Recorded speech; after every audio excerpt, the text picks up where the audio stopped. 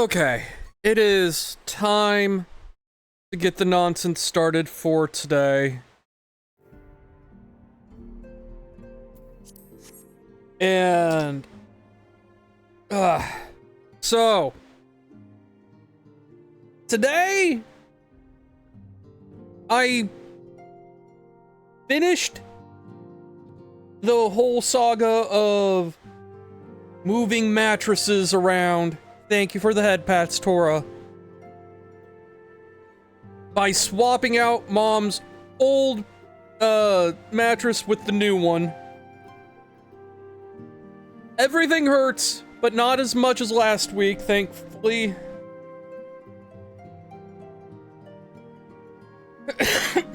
Excuse me. Oh, that came out of nowhere. Blame allergies for that. Anyway, last time we left off after finishing off Crystal Tower raids with just me, Sky, and Kyo. And it was incredibly silly. 190k points left. Here, just give me just a bit to fix that for you, Tora. Odd view. Board quests. About. Where are they?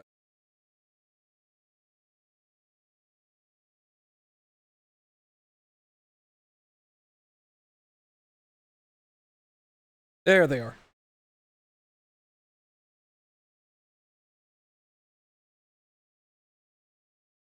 There you go, Tora. All refunded. There were 51 of those.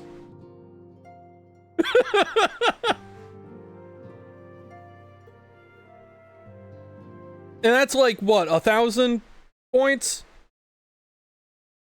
Yeah, 1,000 points. So that was 51,000 points coming back. Have a good sleep, Tora. Anyway, so after having taken out the Crystal Tower stuff, we brought Flamine back, and now we are starting the move from Thanalan over into Mordona. So wait, give me 1 second.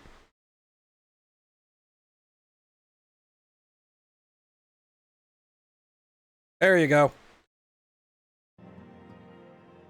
Anyway.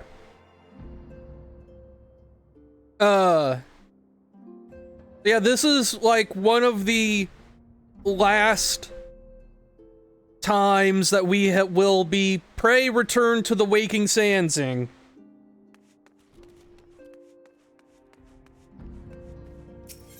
Because we don't actually have to walk all that far from an Aetheryte once we get to Mordona. Fucking finally.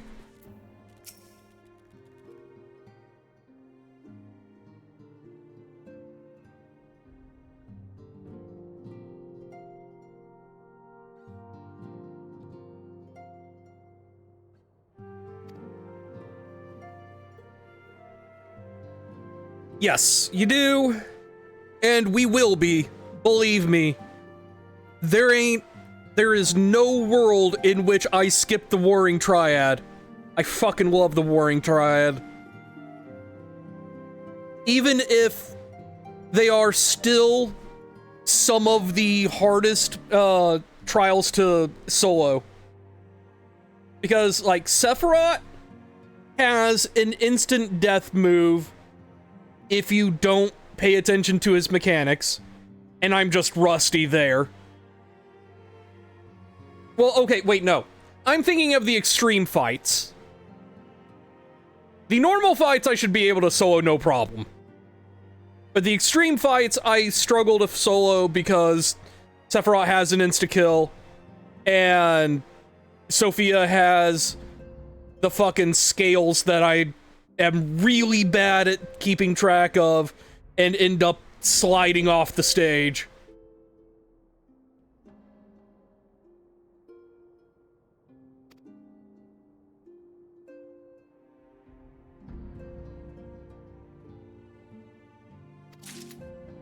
Anyway.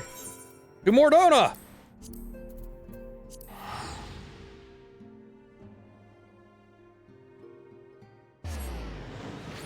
That said, I find it funny that the supposed strongest of the Warring Triad has the easiest extreme to solo. Because, like, he doesn't have any instant KOs or fall damage to worry about. He just hits really hard. And if you hit harder, he buckles. And yeah, I'm not a fan of the ring outs in Trials, but there are definitely some instances where I feel like it's warranted. Like, Sophia is one that I do think is warranted. I know there's a couple in Eden that I actually really like how they use the arena to fuck with you. The Igdistus fight in Pandemonium, I really like how they fuck with the arena there. But yeah. That said, I feel like that only gets a pass in singular boss fights. Because, like, I'm looking at you, Ilmeg Dungeon, but that walk the extremely thin line to get to the boss, or die if you fall off. I feel like that should just send you back to the start of the puzzle, if you can even call it a puzzle. Anyway, hi Nix! You haven't missed much. We're just in the we're just in the process of moving the Waking Sands over to Mordona.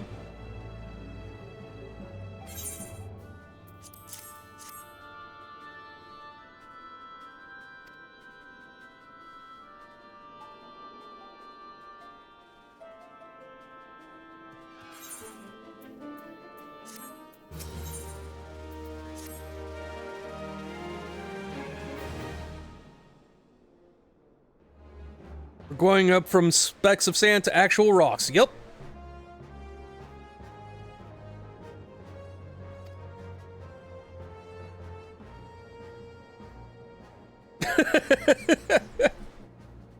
I feel that.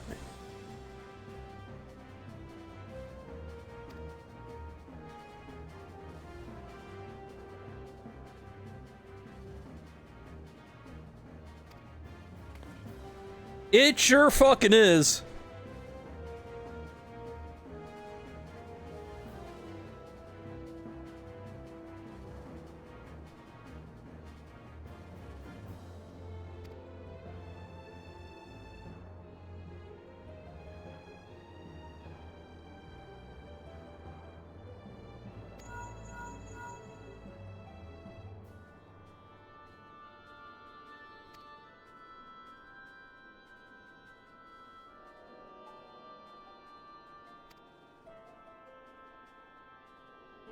Oh, we're starting with Good King Mogglemog tonight.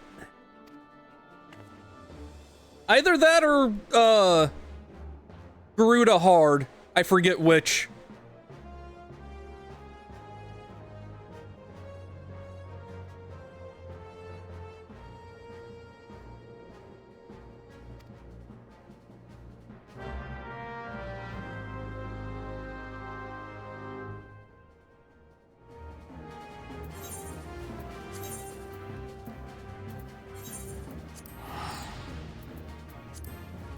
Okay, it's possibly a primal. That's Mogglemog. That's definitely Mogglemog.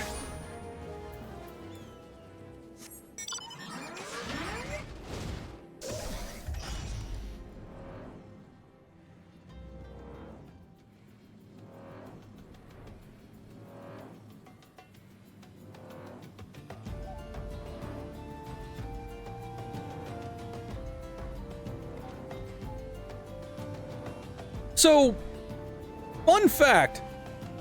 Well, I guess it's less of a fact and more of an inference on my part. But I would say Good King Mogomog is where Soken really starts to come in to his own as a composer. Like, everything up until then is good, but it's eating from the World of Warcraft table.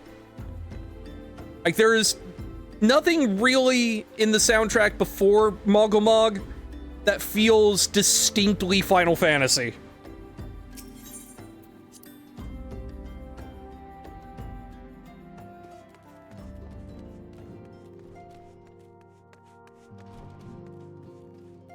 Wait. Sadaru's out in the lobby. I got distracted.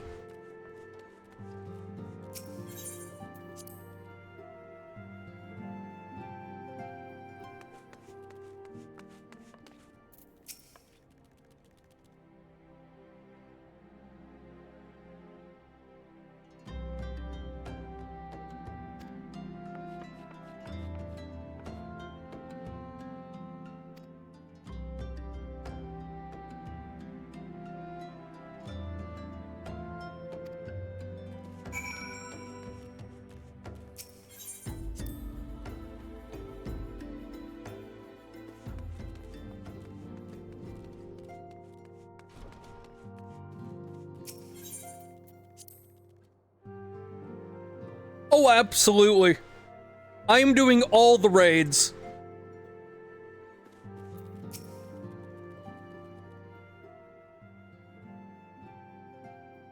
Like, in preparation for this, I took 6 weeks to do the follow-up stuff for the Nier raids, because the New Game Plus thing doesn't unlock until after you do the 6 daily, or the 6 weekly quests after that.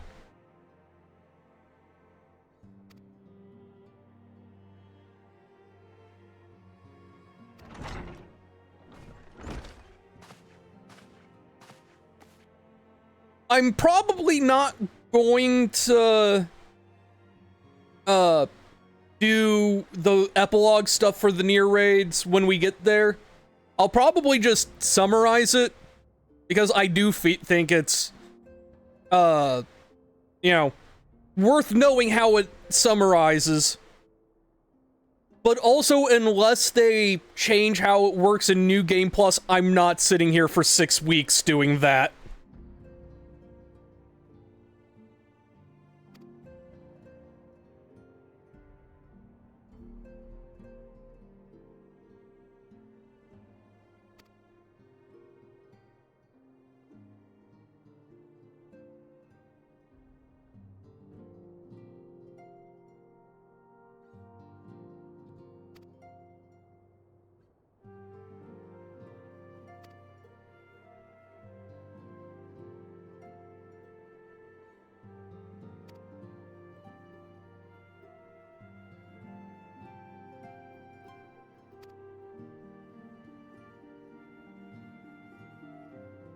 Do we have to do Papa Limo?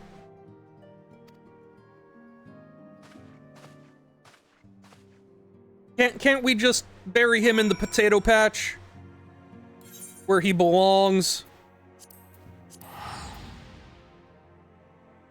I would gladly let Mogomog have him. You know what, actually, instead of doing Summoner for this, I'm gonna do Black Mage. Just because I like the outfit that I have for Black Mage right now.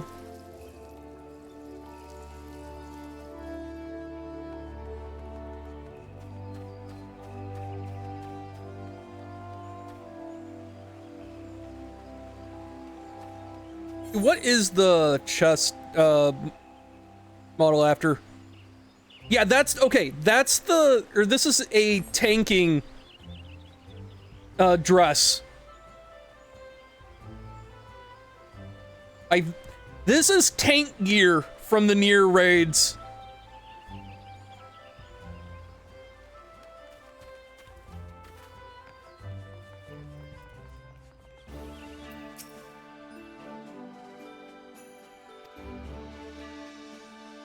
Shit, I also forgot to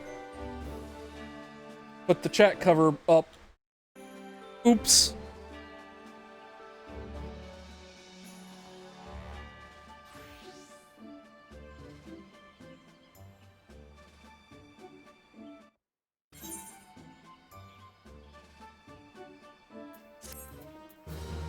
Like, really? This is one of the most normal, quote-unquote, pieces of gear from the near raids? Because, like, yeah, it's all, like, automata-themed stuff. But... And yeah, no, I know you don't mean it's weird. I'm just saying, like, this is the most covered up you get from the Nier, is what I'm trying to get at.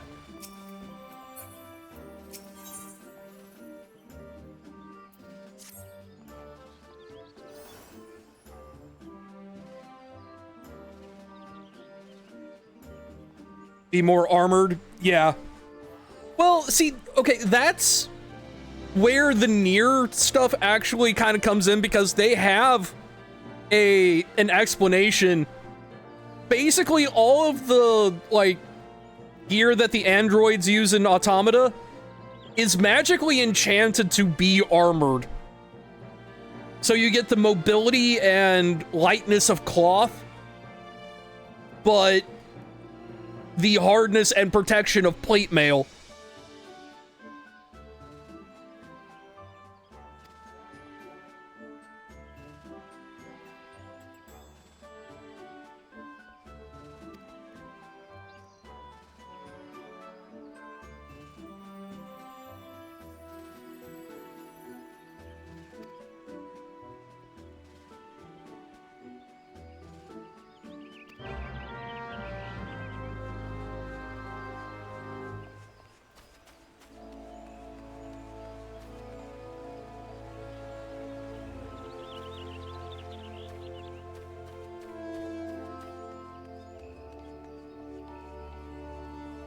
So funny you should bring that up, Terminus. The 2B boots, or pants rather, that you get. The 2B pants absolutely make your butt bigger. Like, across genders. It just enhances your cake.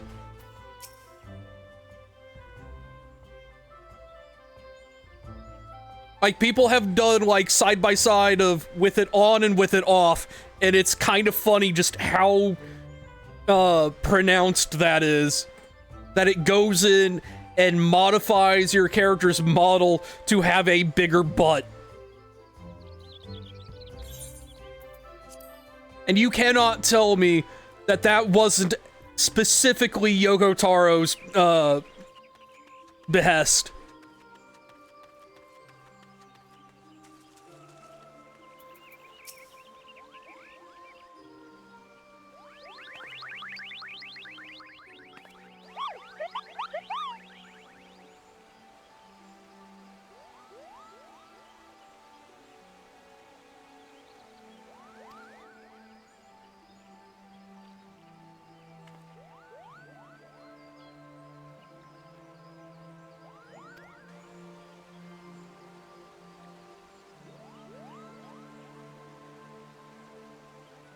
Also, they dropped the whole nobody can see Moogles except the Pure of Heart real fast.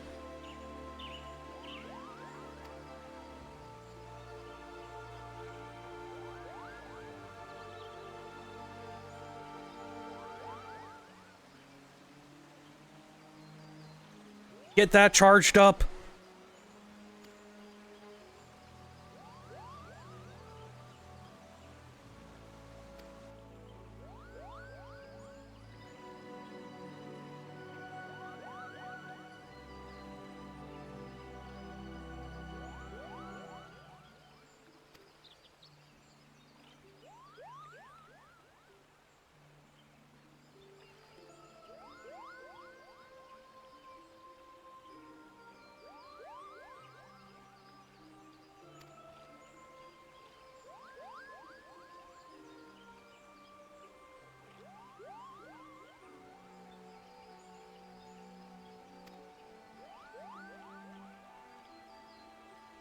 I love how every time a Moogle brings up Good King Mogglmog the 12th, they immediately come up or follow up with "May his glorious name live forever" or some variation thereof.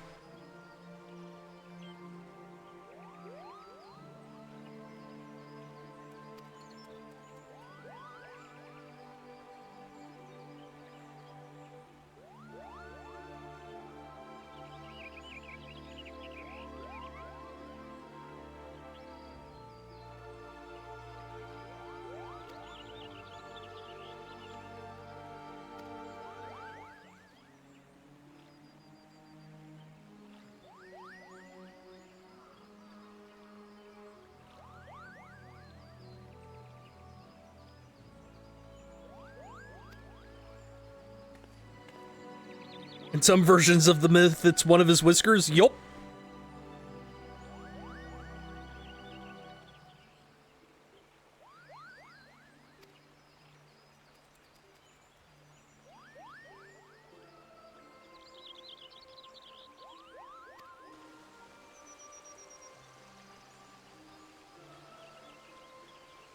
Yes, they are absolutely rowdy drunks.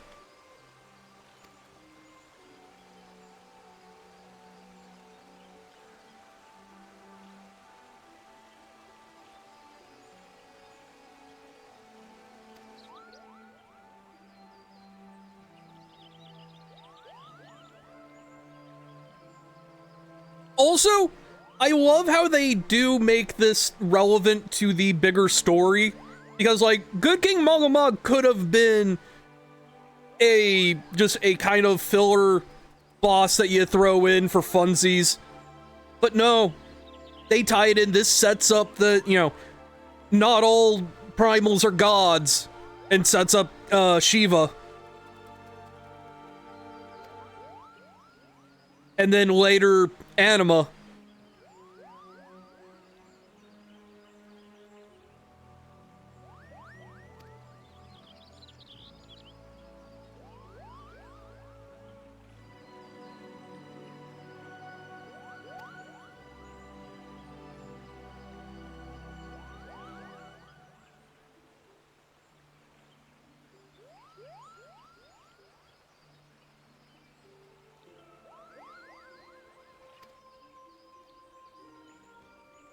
Not all primals are necessarily assholes. True.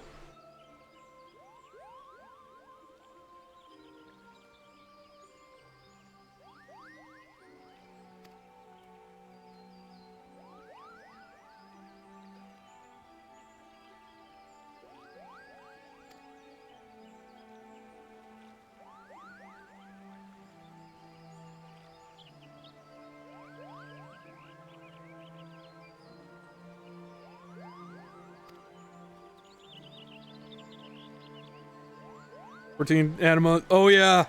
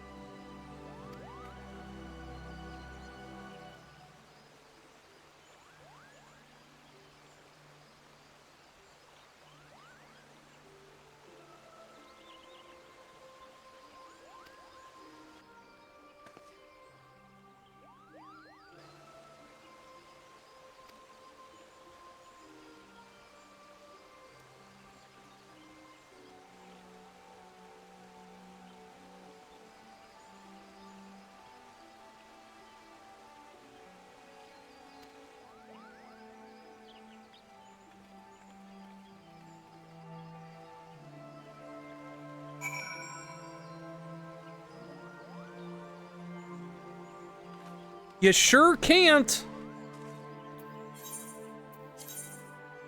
He's just still in Gridania.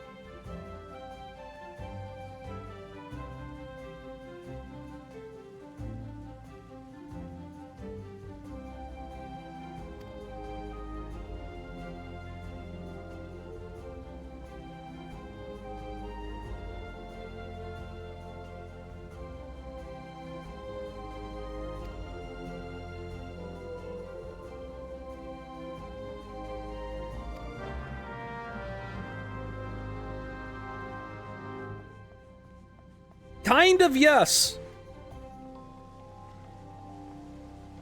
Because, like, you gotta keep in mind the reason the primal was summoned.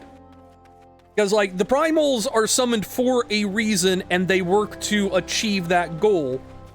And if that goal is drive the invader or the outsiders from the forest, it's going to do whatever it needs to get that done, and it can't do that by itself, sort of thing.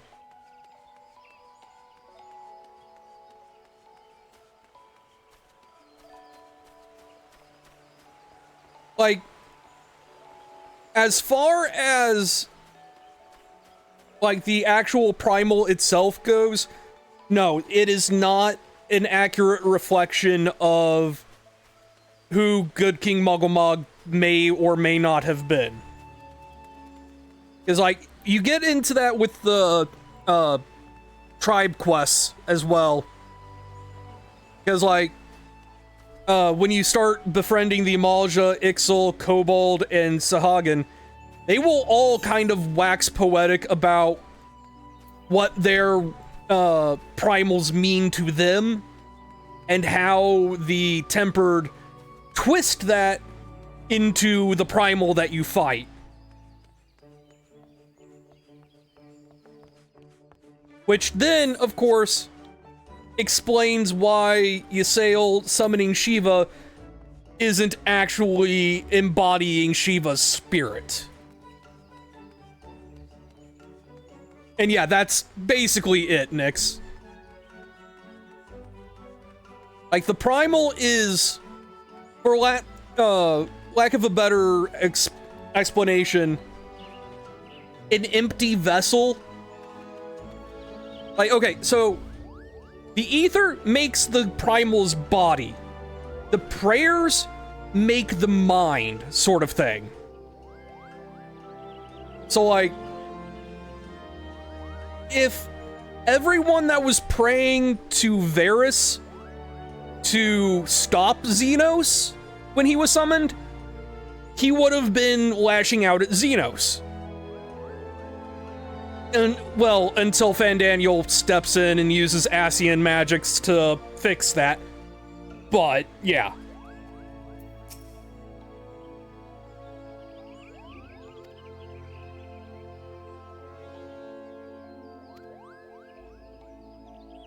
Exactly, yes. And as those beliefs get twisted, like they do with the, or from the, what am I doing? I can just teleport. Like they do with the Tempered, it becomes a corrupted feedback loop, effectively.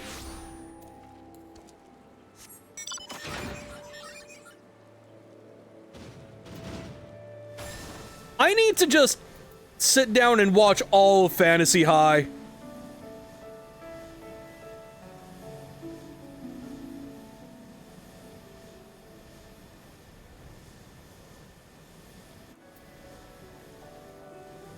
See this in Shadowbringer with Bismarck? Yes.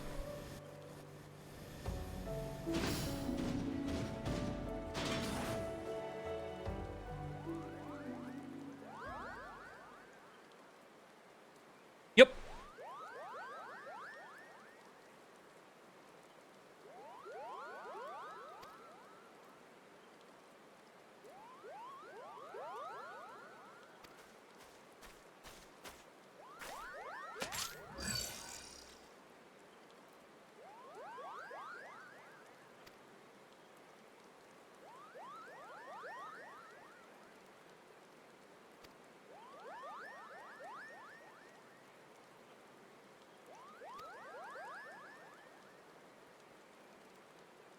I love the oversized equipment on these guys. It's so silly.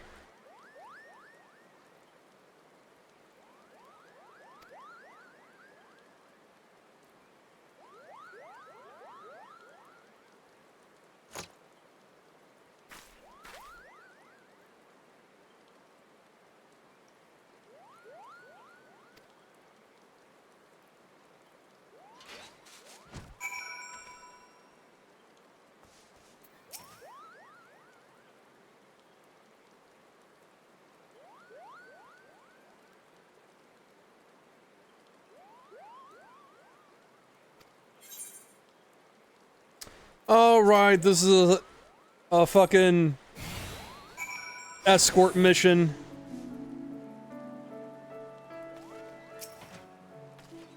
Come along. I don't think I'm allowed to fly. Boop. Not even bothering with the strong spells.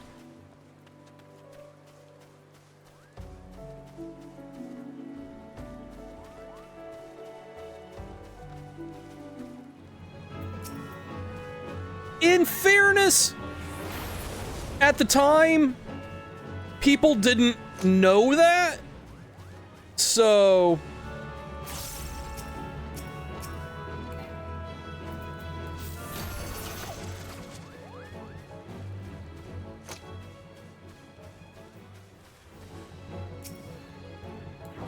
You know what? Fuck it.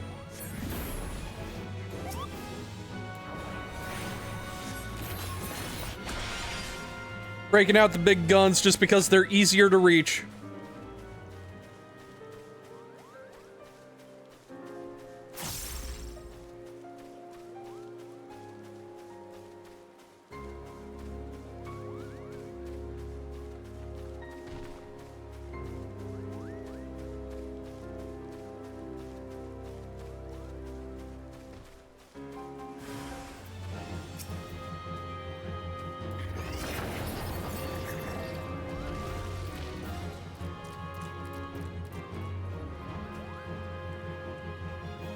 Oh, there they are.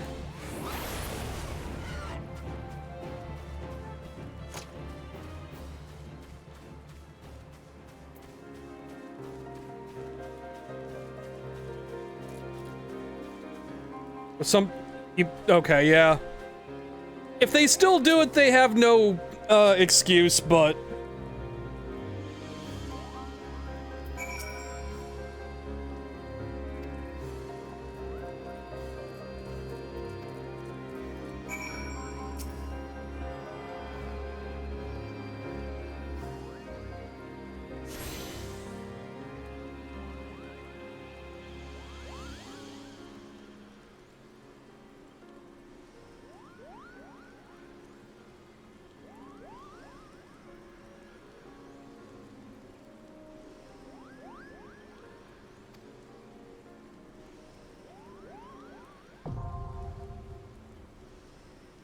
I forgot the, post-Ultima, the trials just don't have a quote-unquote normal difficulty. They just start at hard.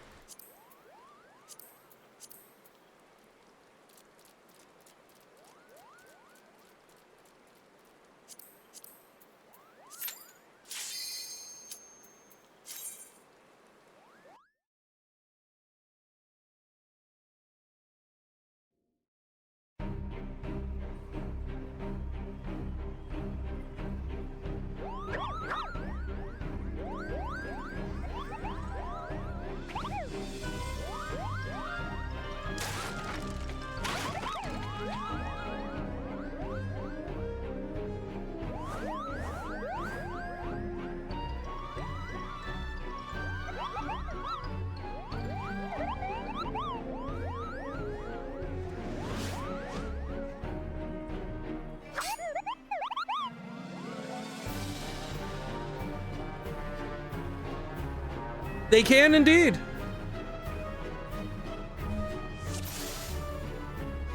Also, I find it very amusing that they married Mog's theme from FF6 with This Is Halloween. Oh yeah, no, that's absolutely something people have said, like, this is Halloween mashed up with Mog's theme from 6. That's all it is. And I say that as a good thing. Anyway.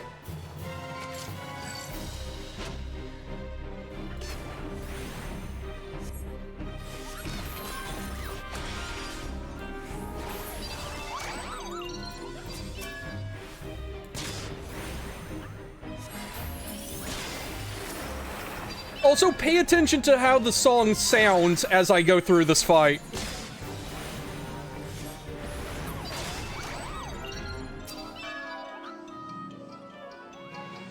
It's starting to pick up in speed.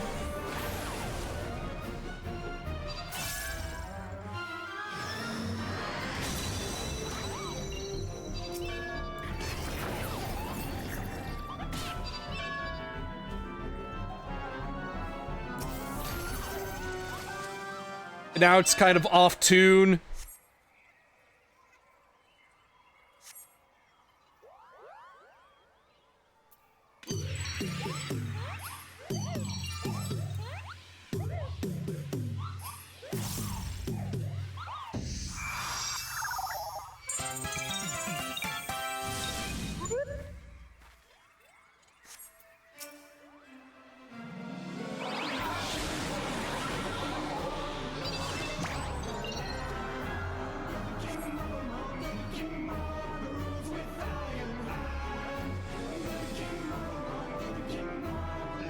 And this is the first time I feel like just letting the fight go a little bit just to listen to the music.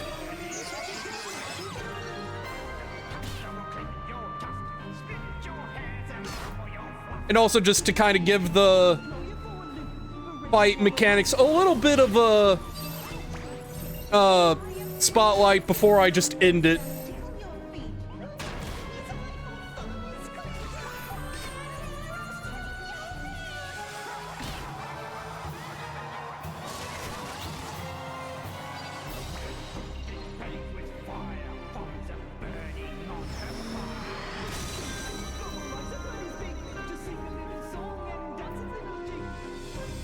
Okay, anyway.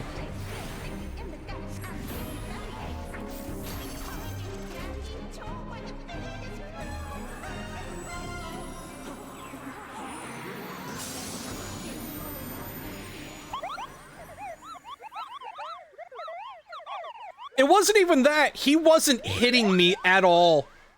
He was whiffing.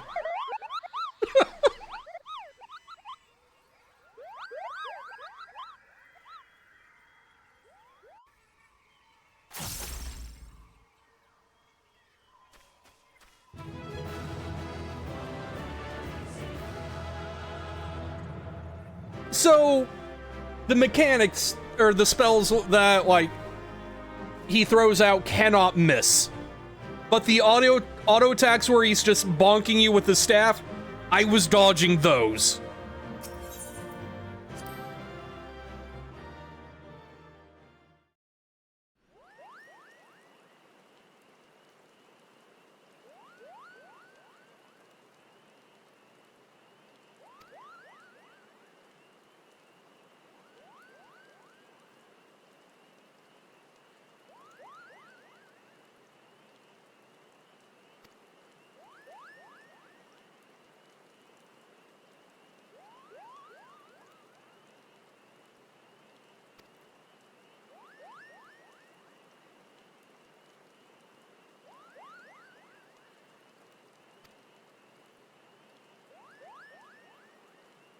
So, that's something that's never really addressed.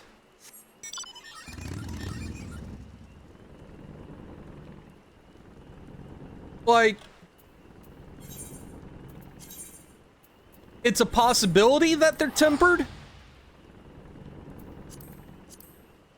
but there's also a possibility that they were already tempered from the time Moggle Mog showed up in 1.0 5 years ago.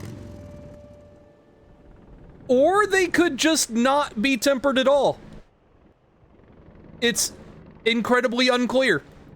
But at least Moogle tempering is not serious enough to warrant going out and actually, like, putting them down, sort of thing.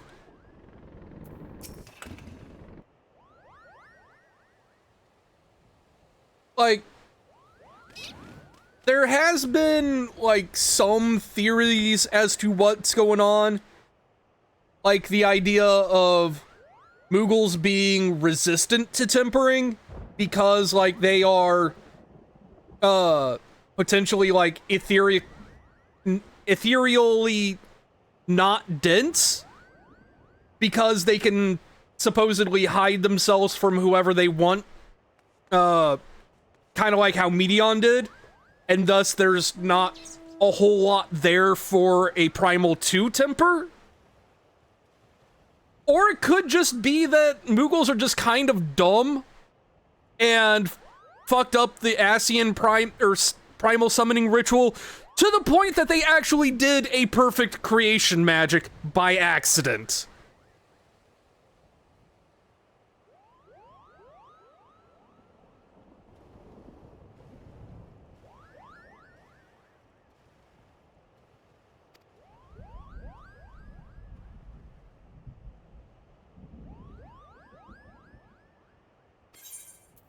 Like, personally, I feel like the idea of Moogles just being not at all dense when it comes to ether, and that makes it harder for a primal to temper them, that's the theory I lean towards the most.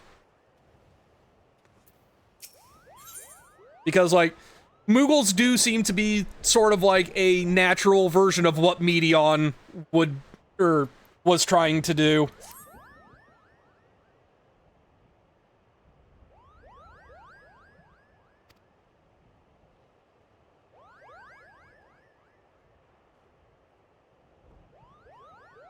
Yes, absolutely, Nyx.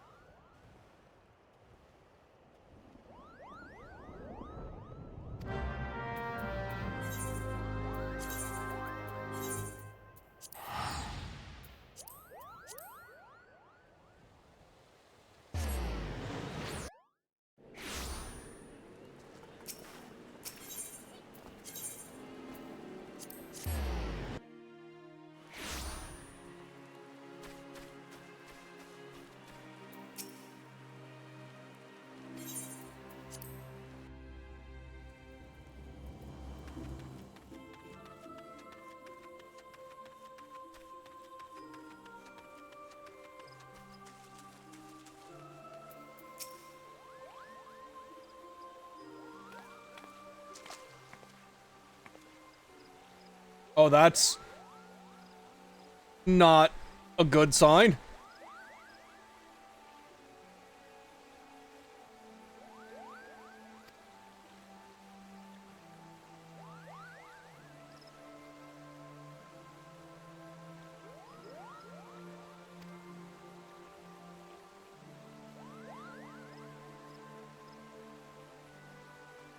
But my dance moves weren't that bad, Connie Senna, God.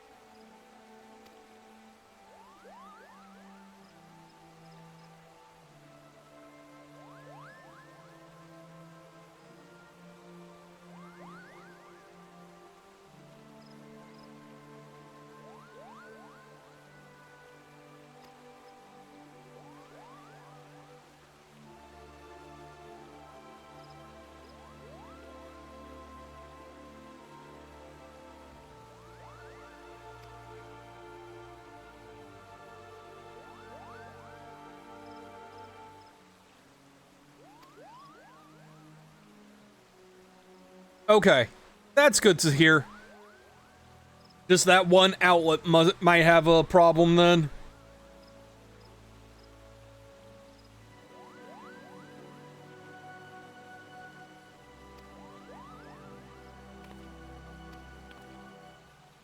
Might be the extension cord, yeah, that too.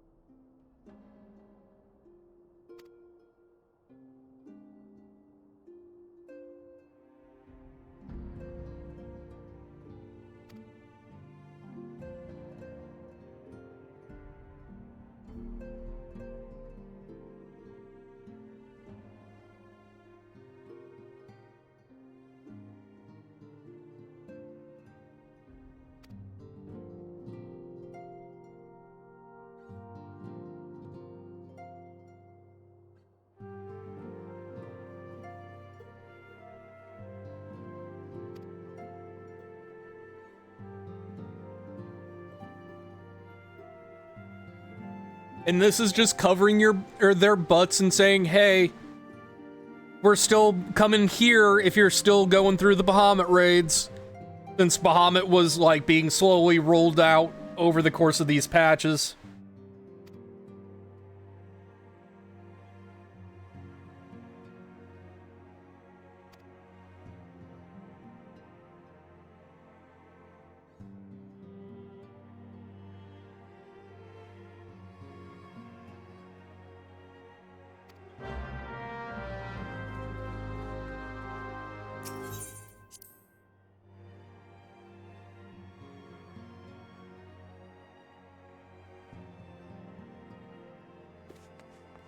Yeah, Bahamut was not in the game at launch.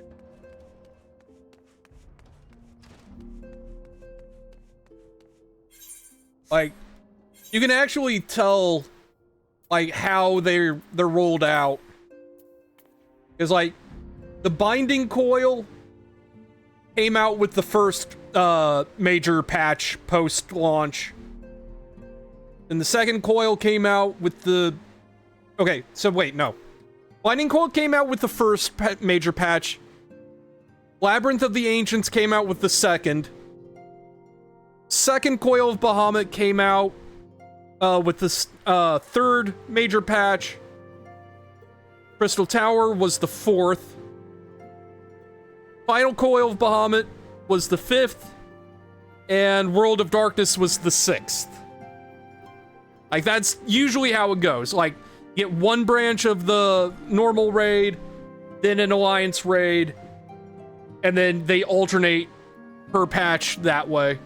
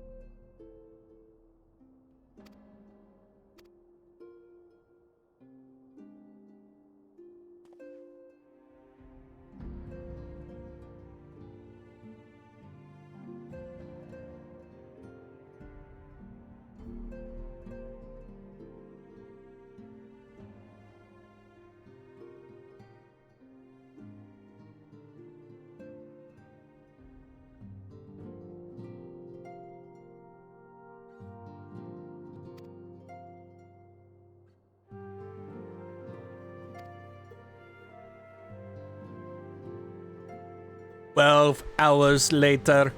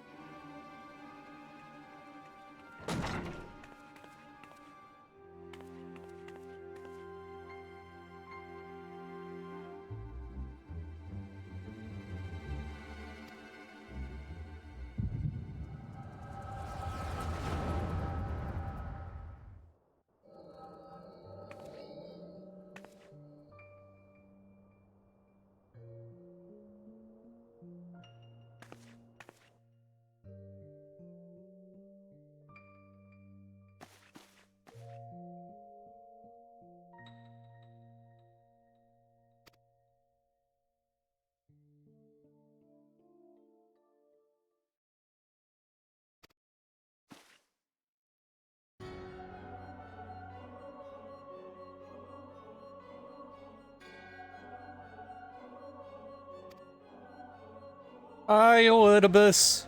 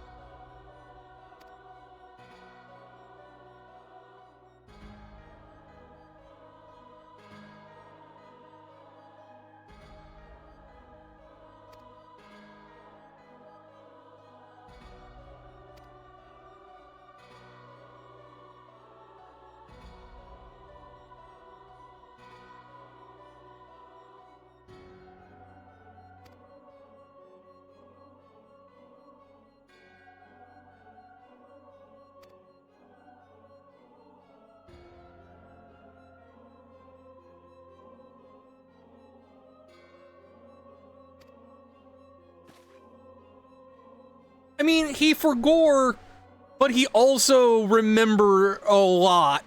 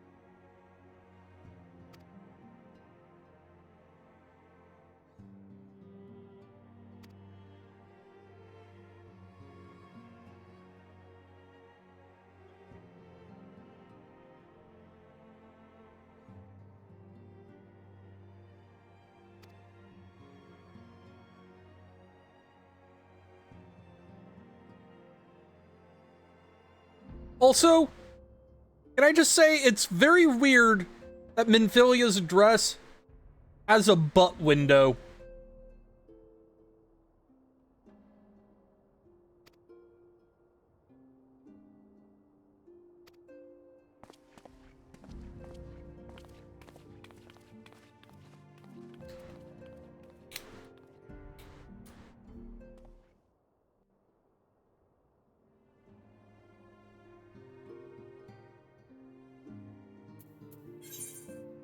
Okay.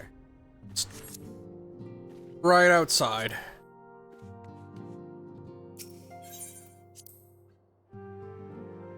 Yes, indeed.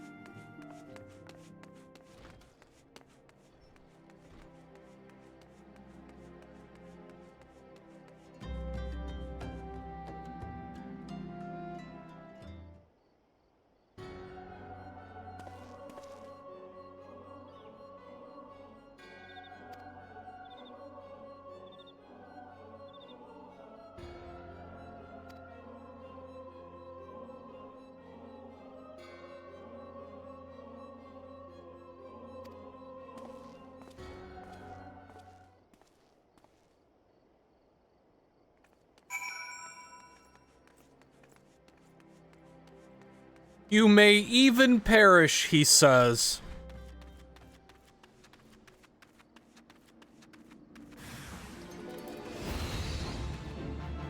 Yeah?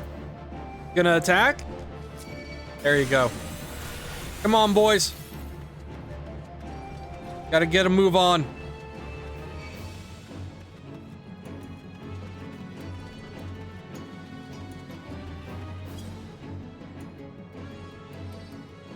They just despawned.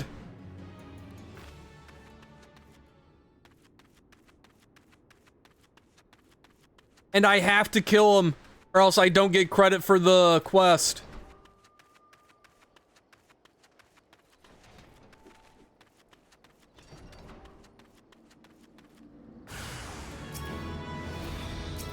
Ah, well.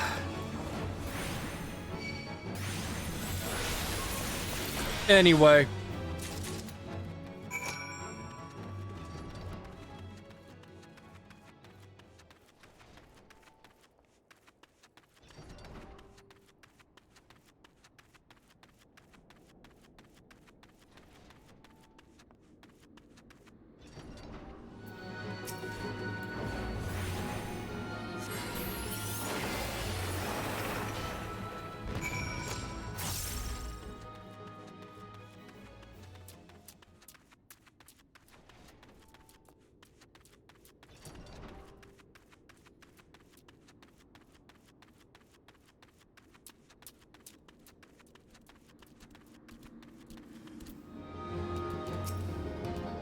Can you guys group up real quick for me? There we go.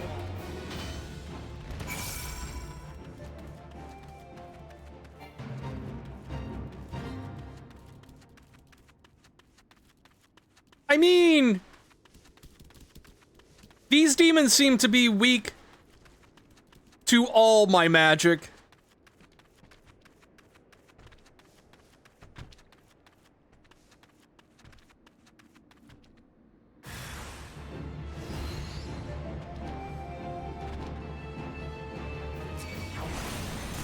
Oh, you're all spellcasters. Okay.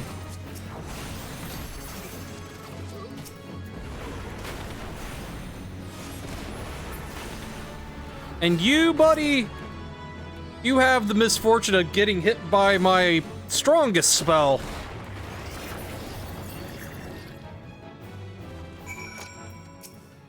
Happy, Elidibus?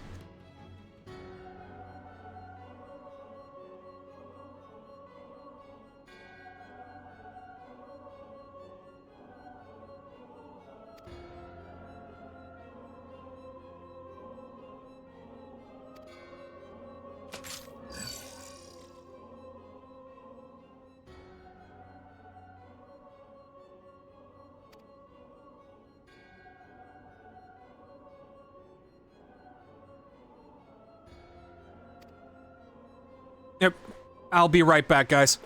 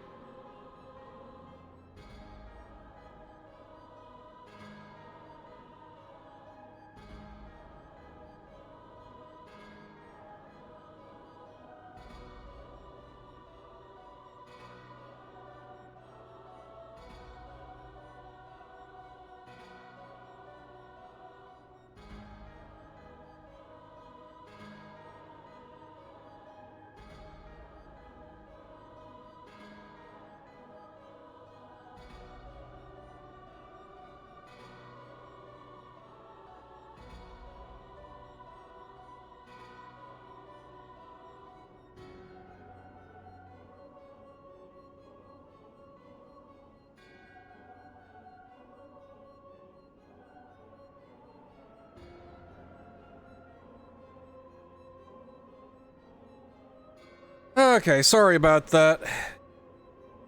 Neighbor was at the door. There's a changeover going on with US Cellular getting bought out by T-Mobile. And we only have US Cellular as a cell phone carrier around here. So people are getting to the point where they can only do Wi-Fi calling until they can go in and set things up with T-Mobile now. And my neighbor, who is very disabled, was asking if we could get her set up on our Wi-Fi, but the problem is, the Wi-Fi would not reach to her house, is the thing. Because our Wi-Fi router is functional for this room, and that's it. Like, I don't get Wi-Fi at my front door sort of deal. But, like, I also have all of my stuff, like, clustered around it in one area, so I don't need that coverage. But yeah. So yeah, at about 9:30 tonight, I'm gonna go check on her, make sure everything's okay, so, he doesn't need anything, so. Anyway, back to the game.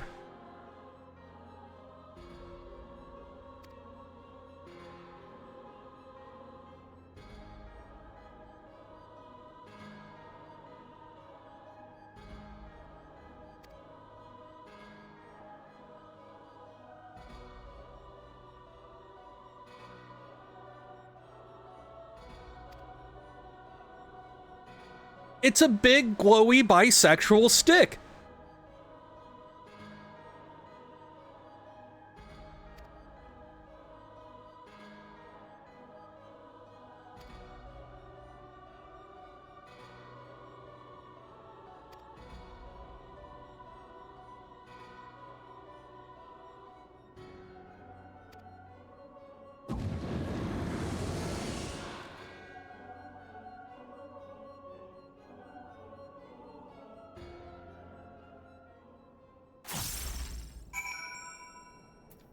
Okay, anyway.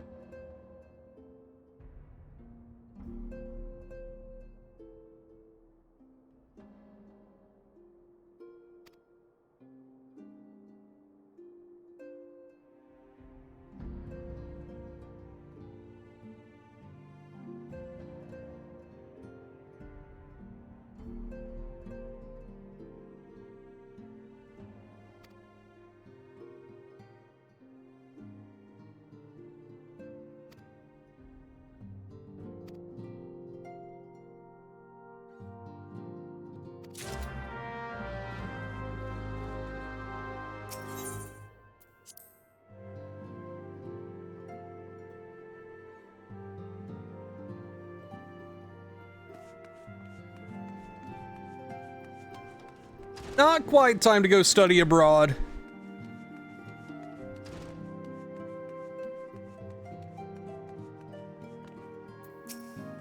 But we're getting close.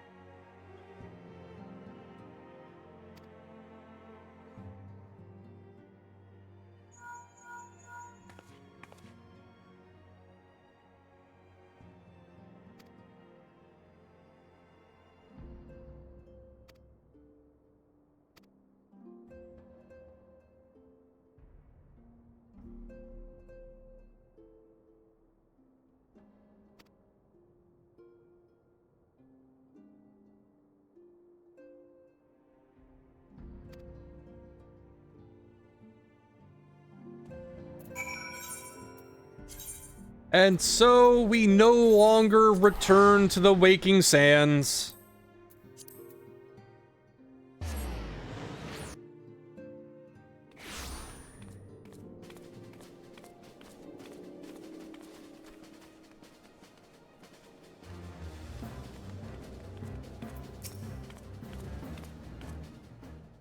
We do.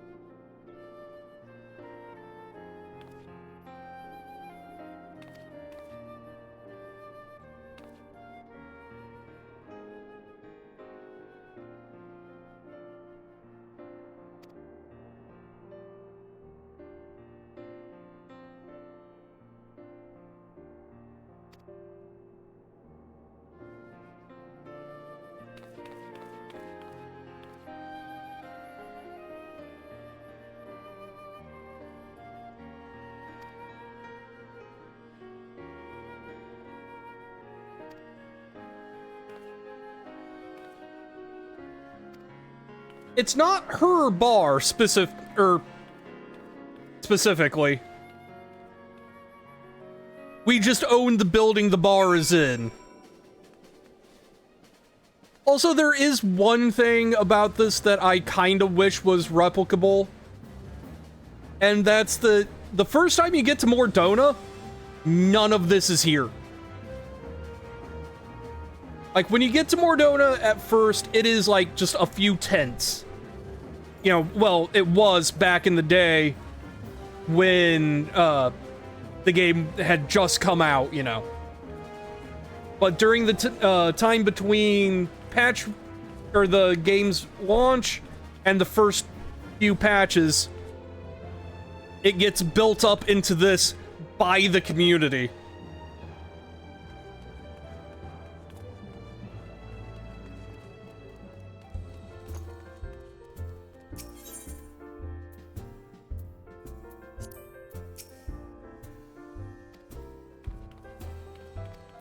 Yeah.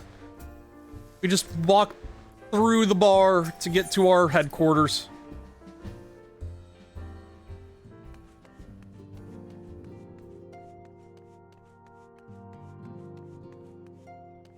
And then we have a private bar inside.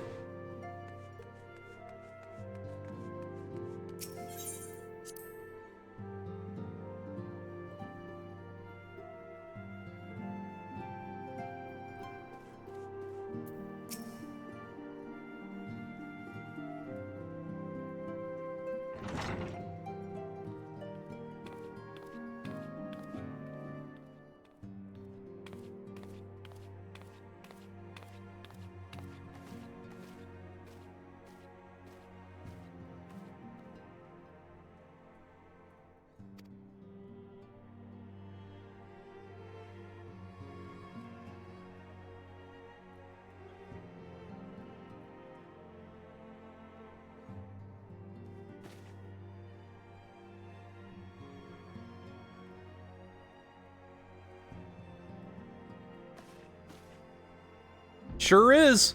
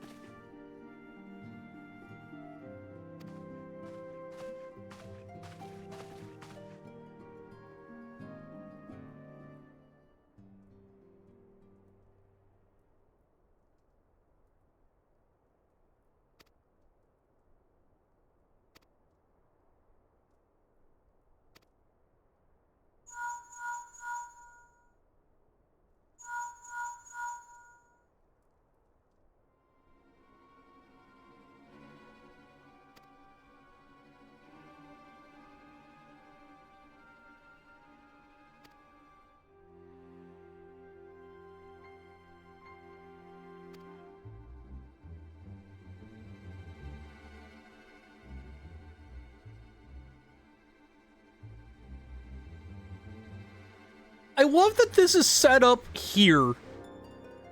And then it's after Stormblood that this pays off.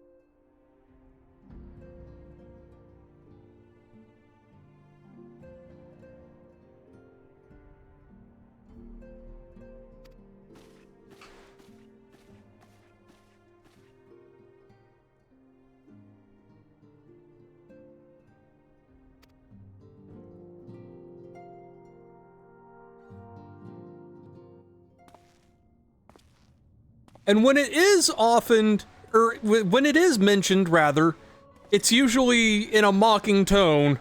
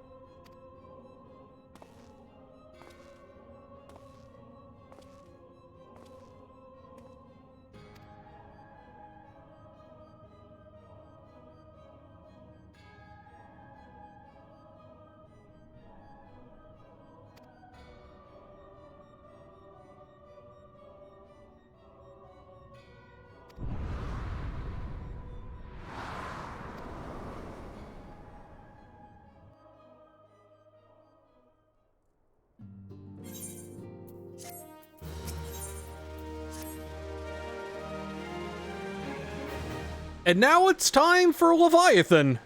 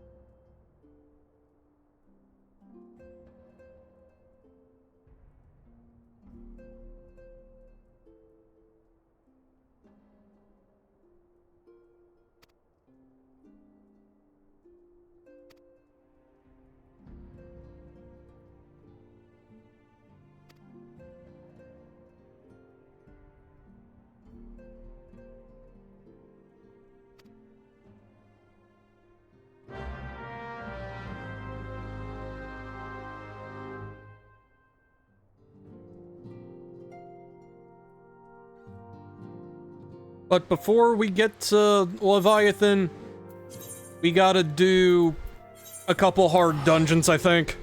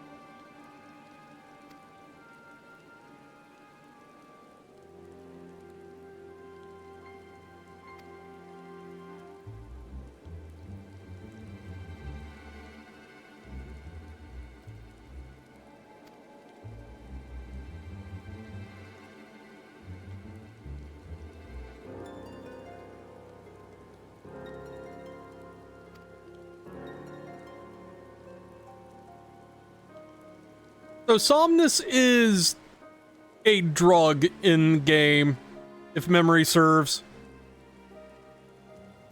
Like, specifically a downer. Sort of fantasy weed, almost.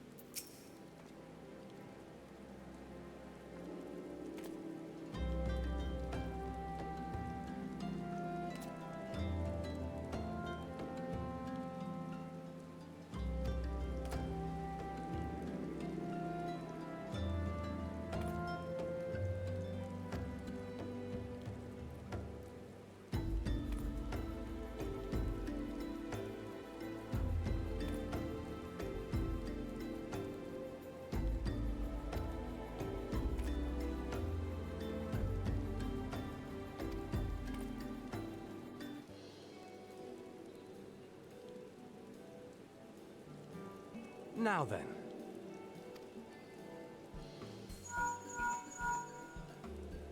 Tis I.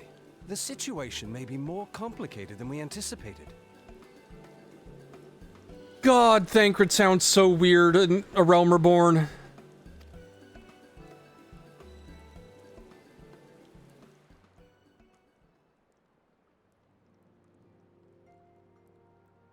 Indeed, I shall remain watchful.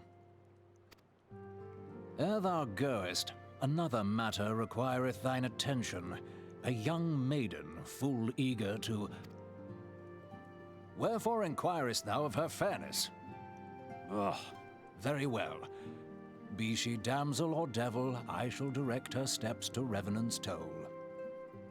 Save thine insinuations for one given to such impropriety. Thou shalt not find me amenable.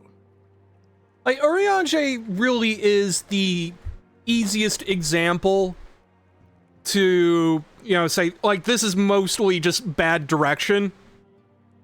Because Urianger's voice is Balthier in FF12, and he sounds great as Balthier.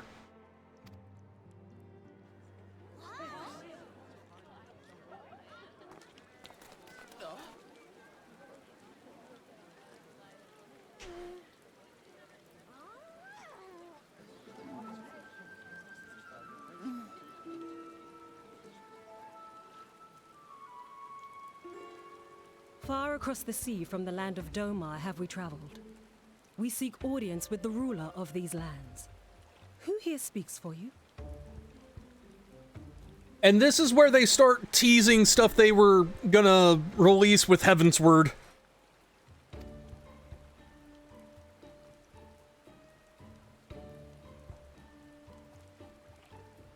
Which, in hindsight, feels really weird when you know who that is. Yup. That's Yugiri.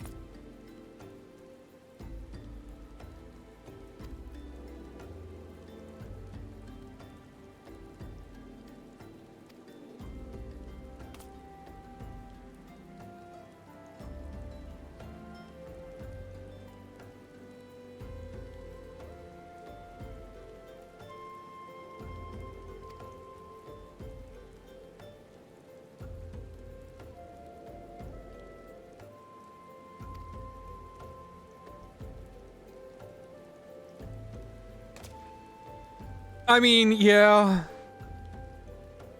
But that's what we get the Dark Knight quests for.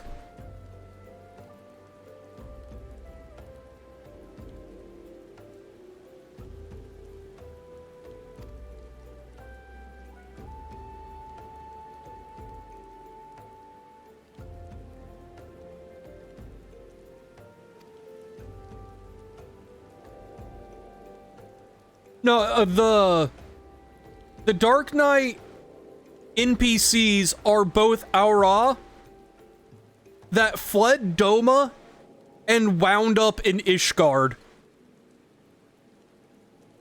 And the quest does not, or the quests do not pull any punches with Ishgard going, oh, you guys are part dragon. Fuck you. Like, it wasn't, or it was only because one of the nobles who was a Dark Knight took them in and protected them against the church that they are still alive.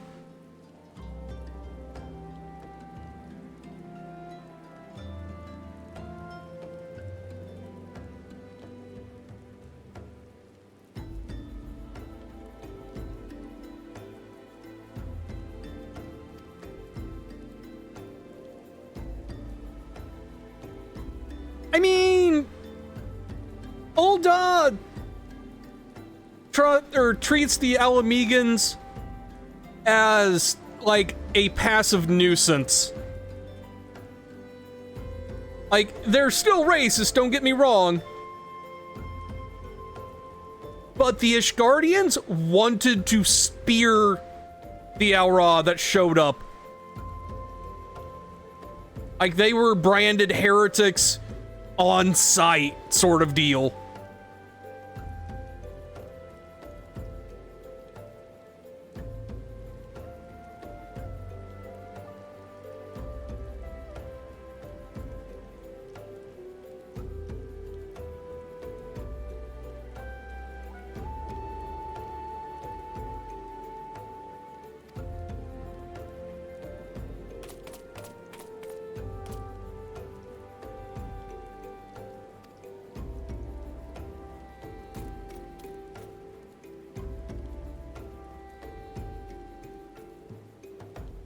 Alright.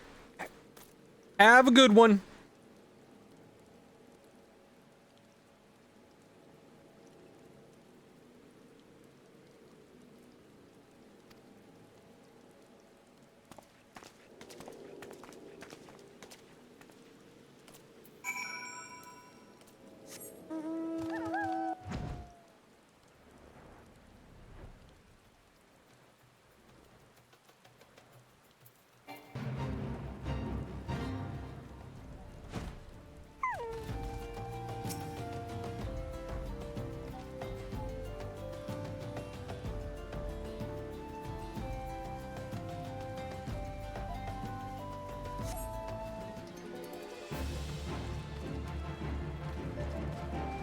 Come on, guys.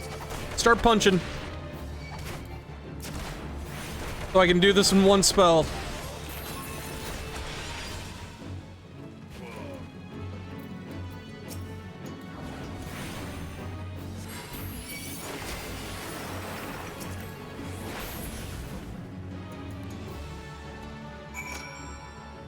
Anyway.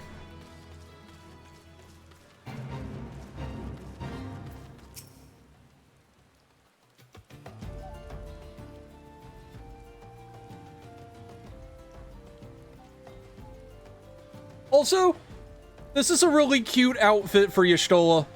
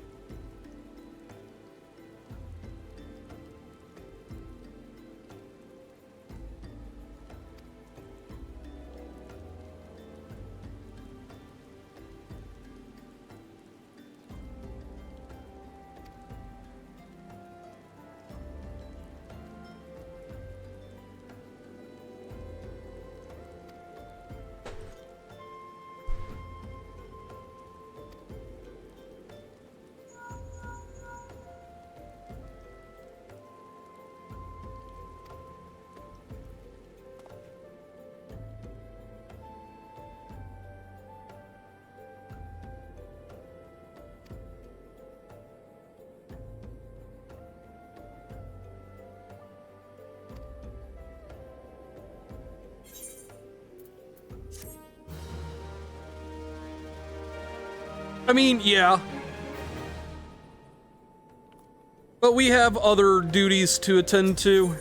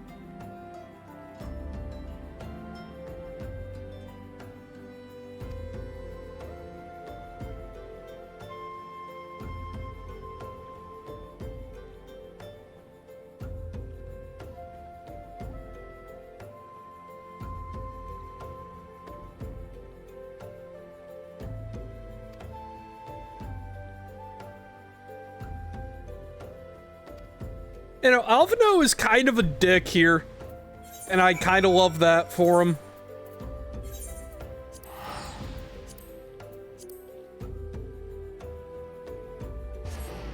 Yeah, kind of. Don't worry about it.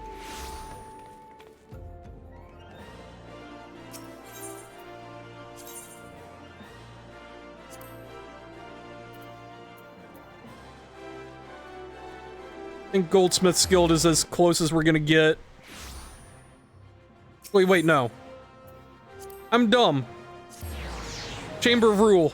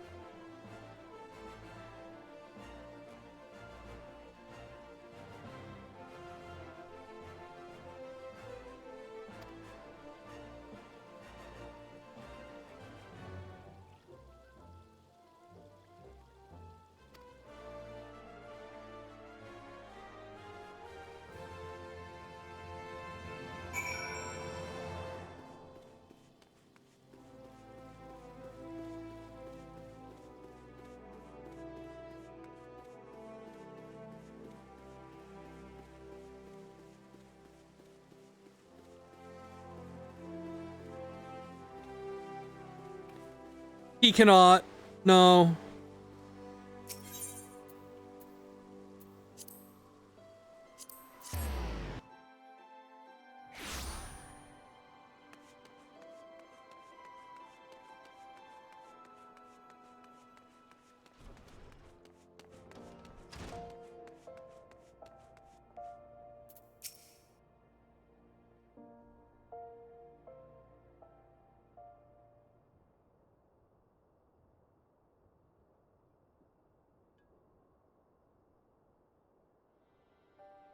We have traveled some several thousand miles across the sea from the nation of Doma, in hopes that we might find sanctuary in these lands. Sanctuary, Lady Yugiri?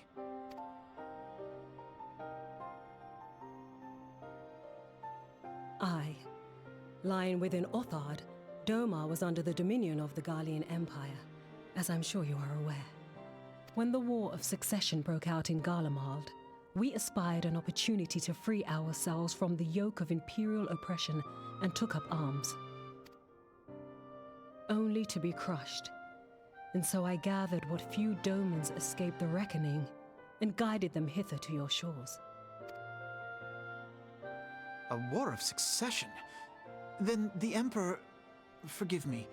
You said that Doma was under Imperial rule, did you not?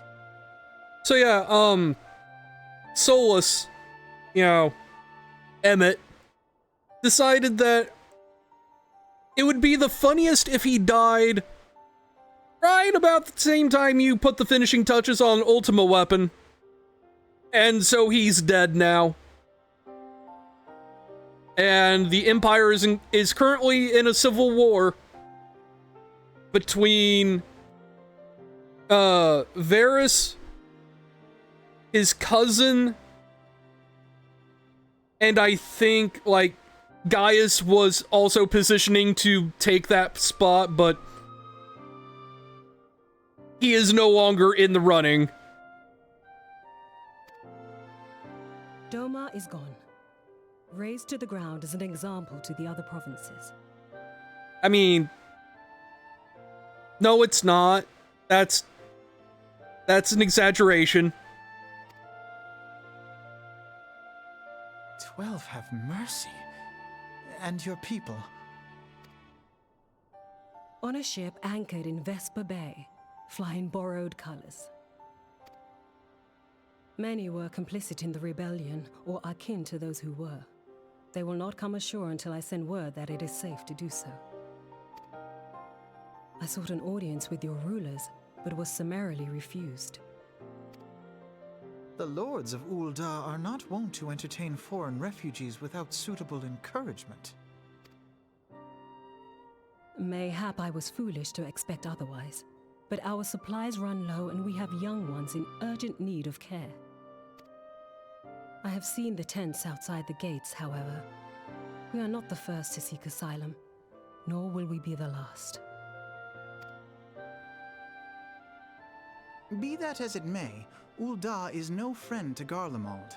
Your tale would stir the hearts of many men and women here. The Sultana and the Syndicate will not be so easily swayed, but I shall see that you are granted an opportunity to plead your case. This is within your power?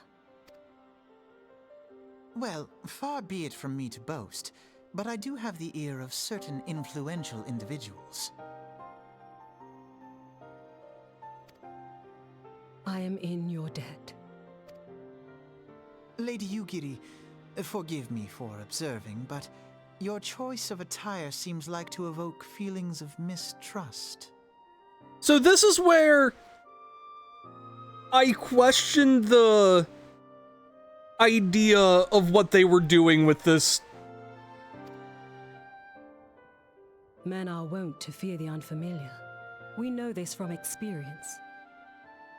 Because that line specifically feels really fucking weird when you're playing as an Aura. We seek only to spare the people of Ul'dah unnecessary disquiet. Because the implication is nobody has seen an Aura and thus would freak out seeing somebody with horns. Nope. Aura were introduced with Heavensward. So this was them teasing the next playable race. And notably, this is the only time they do that. Anytime they tease new races going forward, it's entirely in out-of-game material. I shall defer to your experience then. Going forward, because, you know, immediately people started making new characters and playing as Aura when Heavens were released, and then got here and was like, wait, what are you talking about? I'm an Aura. It felt really fucking weird, so they learned to stop that. I thank you for your understanding. It seems I have urgent business with the Flame General. I leave our guests in your capable hands. Like, the funniest part is that Ayane actually has the same style of horns that Yugiri does.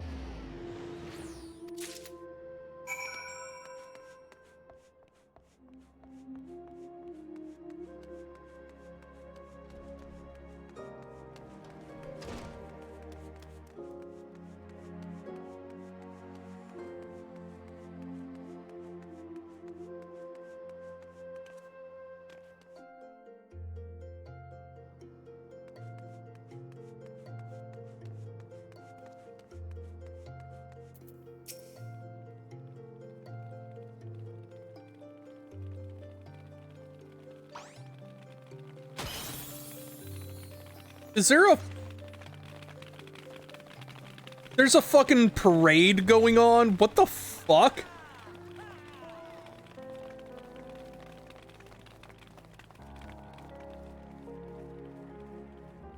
The fuck was that?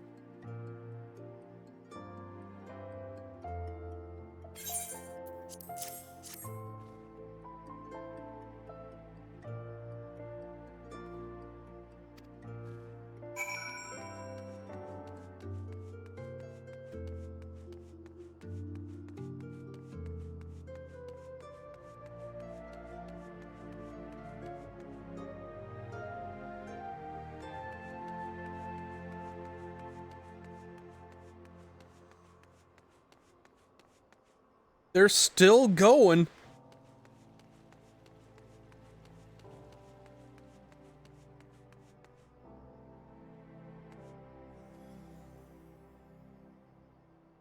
They're also saying stuff in yell chat. But all I'm seeing is like, wah. It's like, what the fuck is happening?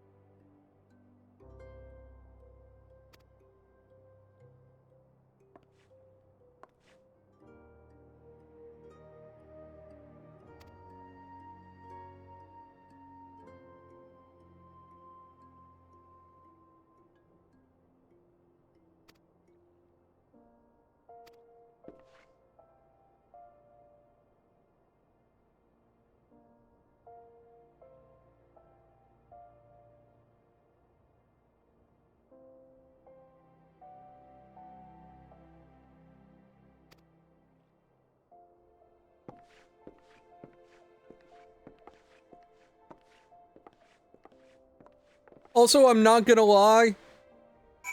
I'm still a little salty that Yugiri is taller than me.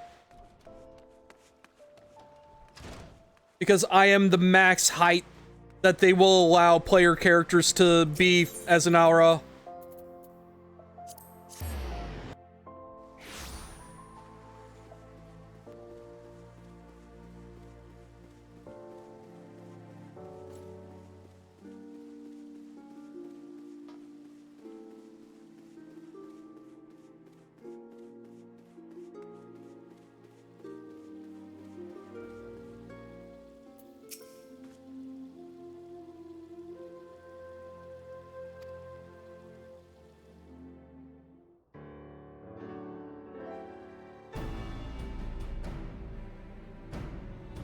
But Yugiri's the same gender as me!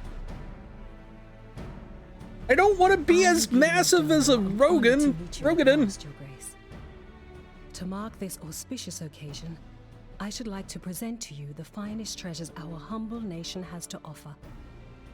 Alas, the circumstances which have brought me here today have divested me of both time and dignity. I come before you as a pauper in direst need of aid, to request that you grant my people asylum. I, Nanamo, 17th in the line of Ul, welcome you to our city. Be at ease, Lady Yugiri. Although I myself have heard the tale of your misfortune, I would ask that you recount it once more for the benefit of the others here present. As you wish, Your Grace. For many years, my nation, Domar, suffered under the yoke of imperial rule, and my people yearned to be free. Thus, when a war of succession broke out in Garlemald, we sought to take advantage of the chaos and reclaim our liberty. Alas, our enemy proved less preoccupied than we had hoped, and our rebellion was put down in the most brutal fashion. Those who survived, how many do they number? More than 200 souls huddle within the cramped confines of our own galleon's hold. Yet this figure accounts for but one of a number of ships which escaped the purge. It is my hope that you will allow us all to dwell within your walls. Should that prove unfeasible, however, I humbly ask that you accept as many of my people as your resources allow. Pray understand, we do not beg a boon, but propose instead an arrangement. We would serve as soldiers or tradesmen until our debt is repaid. What are the Syndicate's opinions on this matter? I, for one, think it's a marvelous idea. Lady Yugiri and her people strike me as an industrious lot, and there are parts of the city which have yet to be fully restored. If they are willing to work, I see no reason not to let them. The head of the Mirage Trust is not known for his generosity. He sees profit in this. I agree. That said, these are foreign refugees. To admit them would require a formal resolution. Shall we call a vote?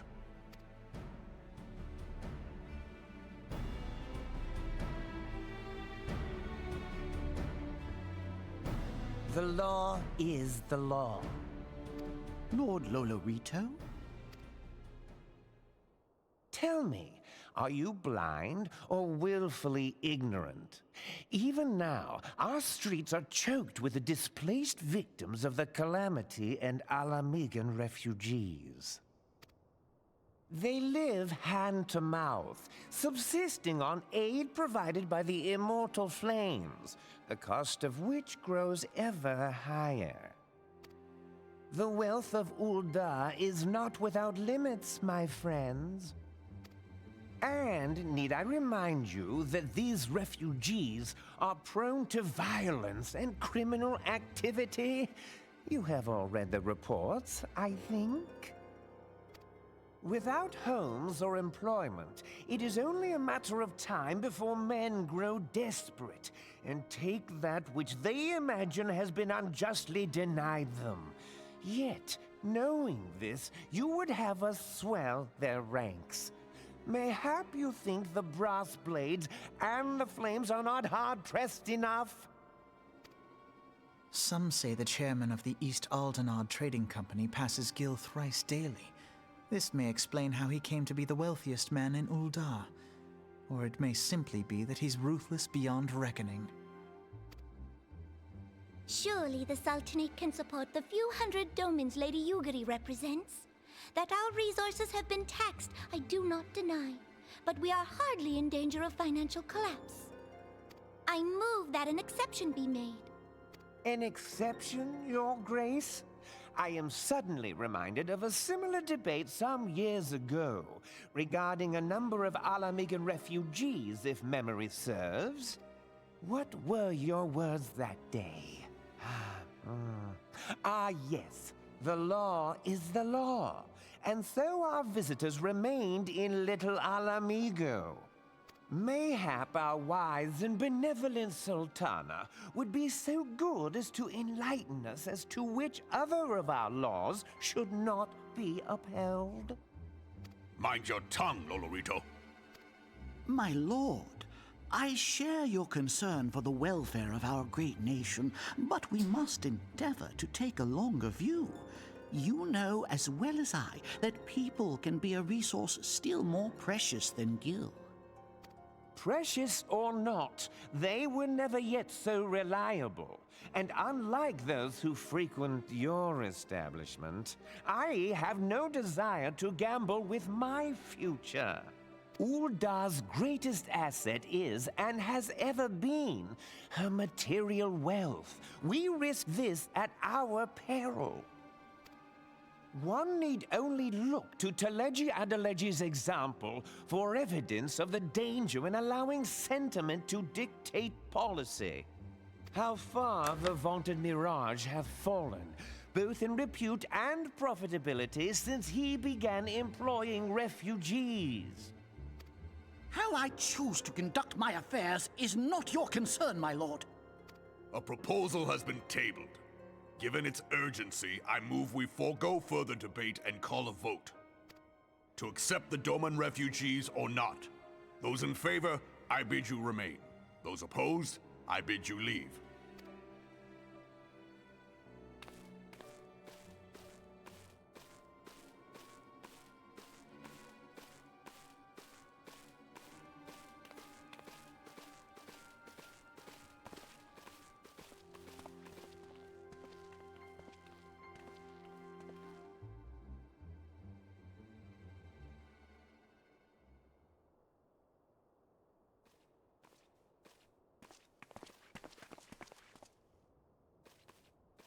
Would that it were within my power to welcome you and your people, Lady Yugiri.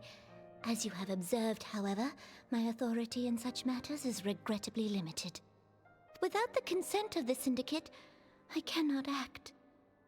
I understand, Your Grace, and I appreciate all that you have done on our behalf. The nerve of the man! If that bastard had not forsaken the eastern trade route, little Alamigo would now be thriving. Oh, that you should have traveled so far under such dire circumstances, only to be refused in this manner is utterly unconscionable. Pray, accept my sincerest apologies.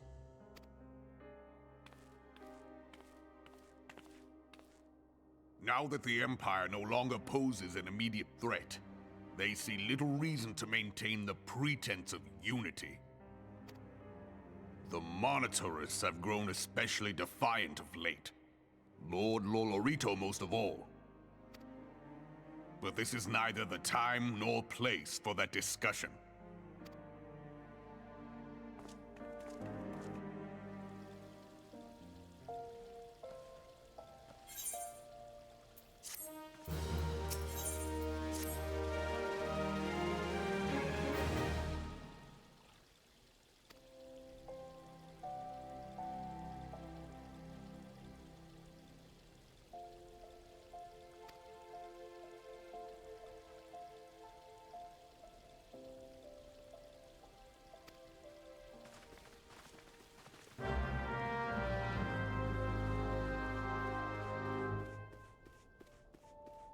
So, question, Nix.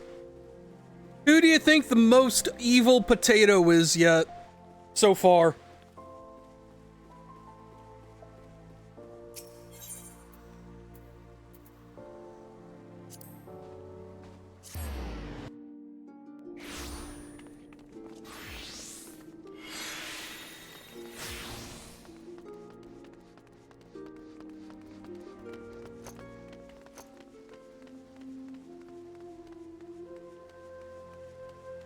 There are indeed.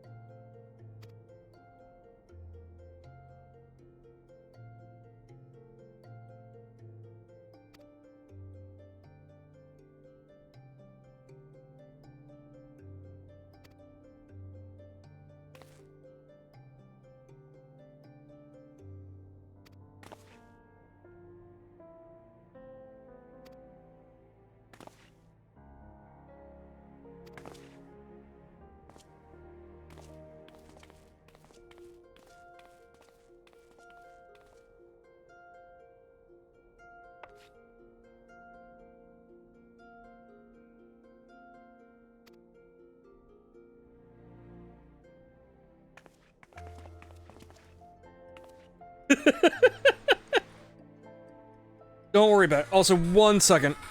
I got a phone call I gotta take.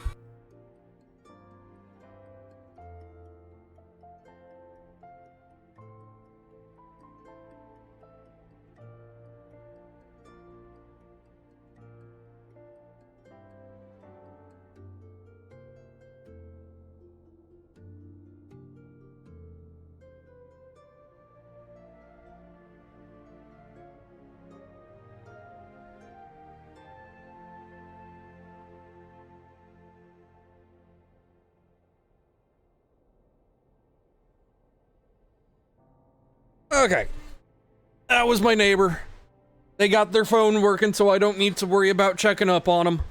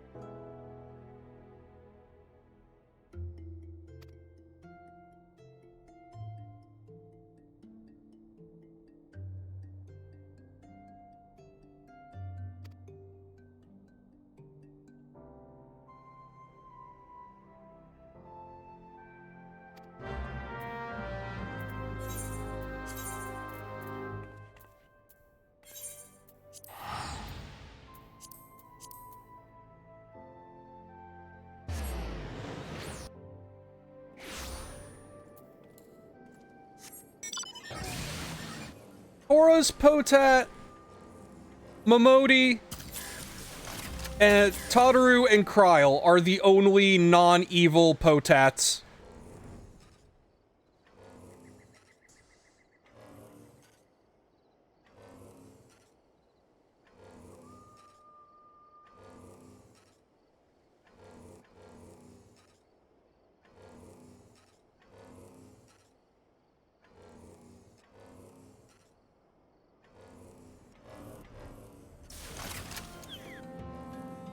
I did.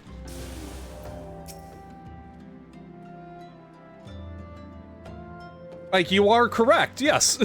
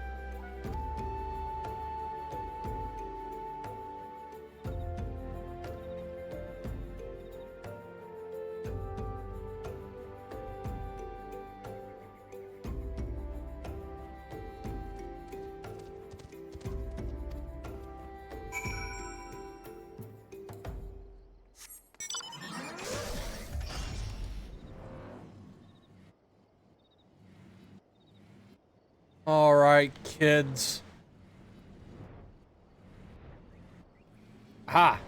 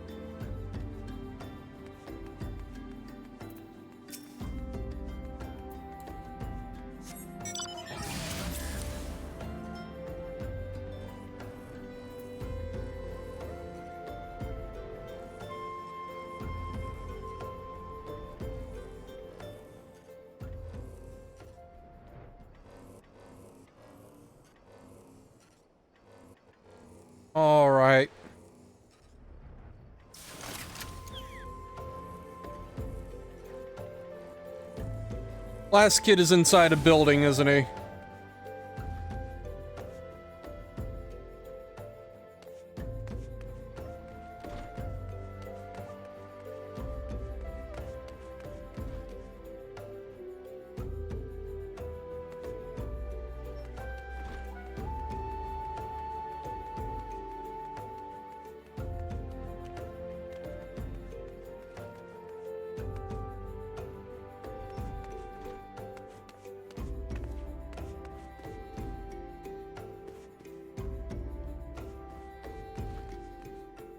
No, the search area is within town.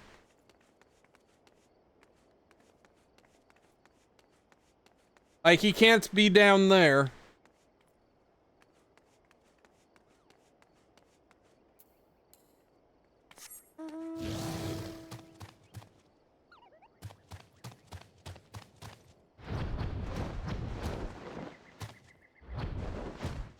Out here?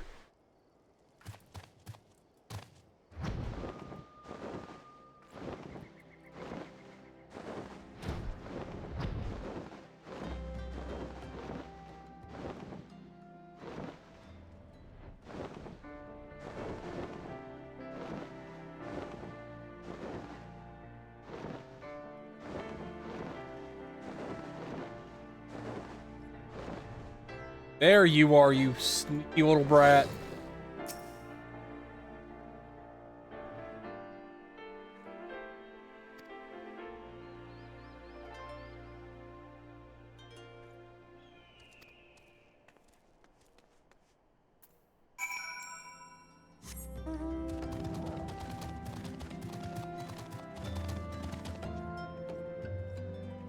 I forgot that that's what the glamour unlock NPC looked like.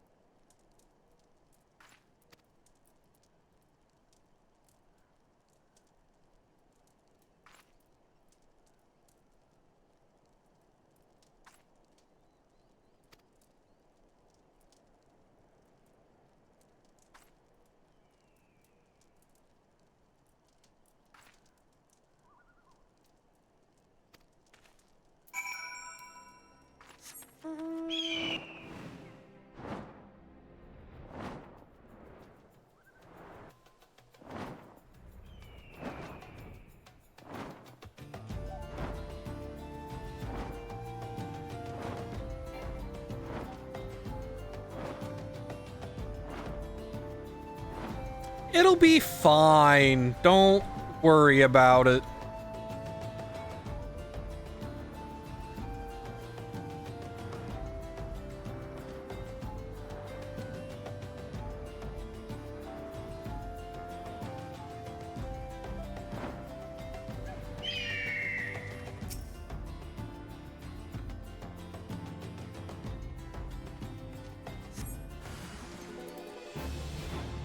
Oh, there you are.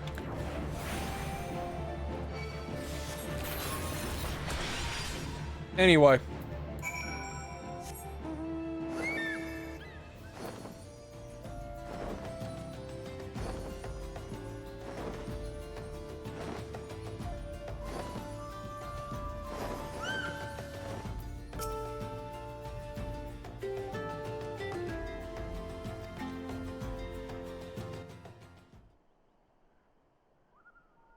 They're fine. Don't worry about it.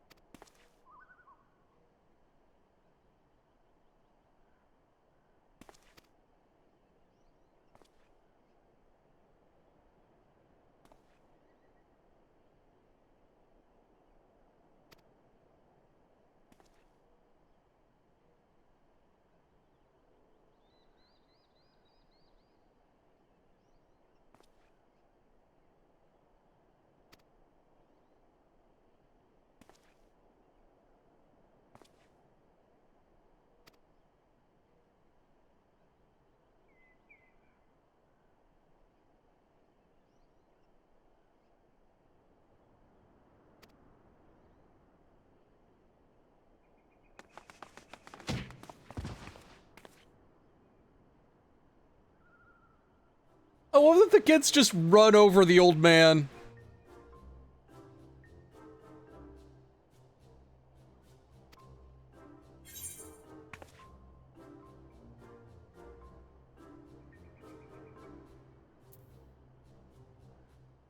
I think this is our first real, like, introspective dialogue choice.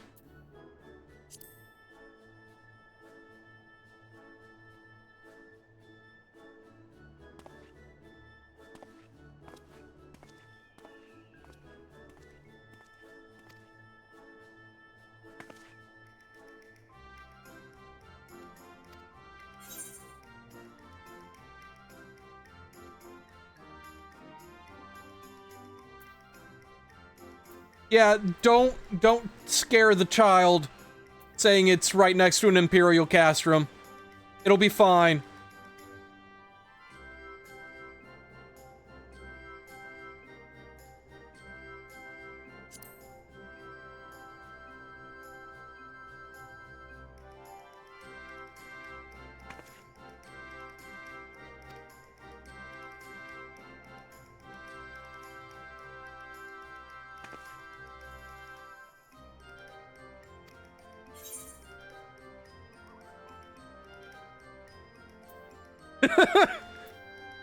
Buy weapons and armor from Rowena. That's where you get your artifact gear.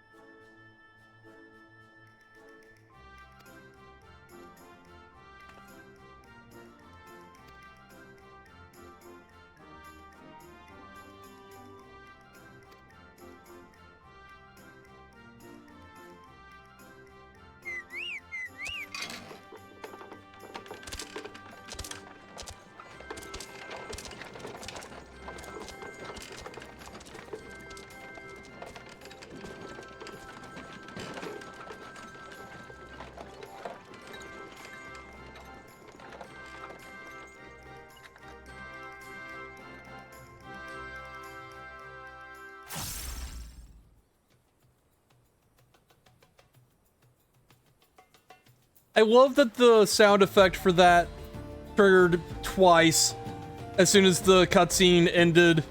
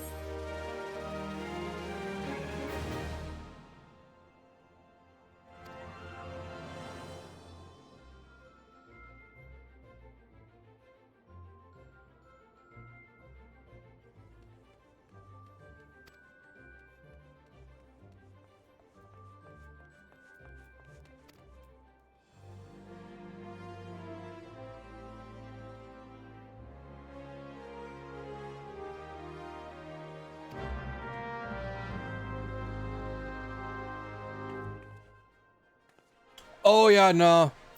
They're all over the place. Like, Mordona is the hardest for the Empire to get to, and they're still right there.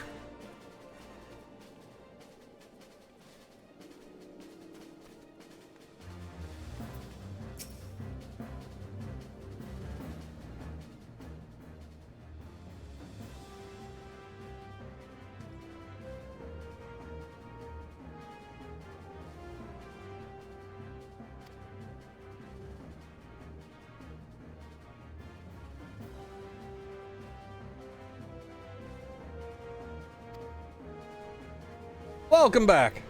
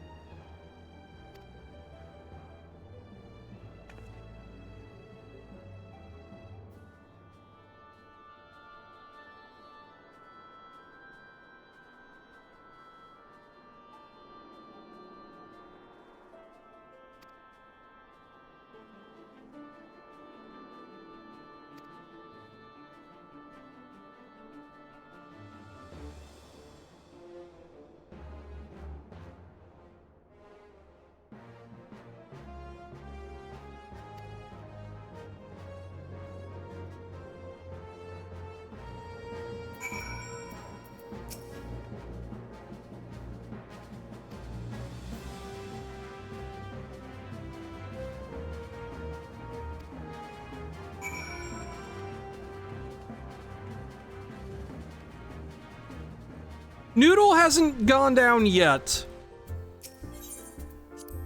We're still in the politics of getting the Doman refugees settled.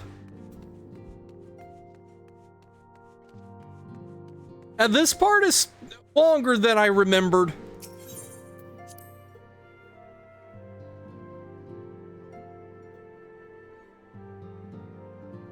It also didn't help that I had 2 interruptions that I needed to take care of.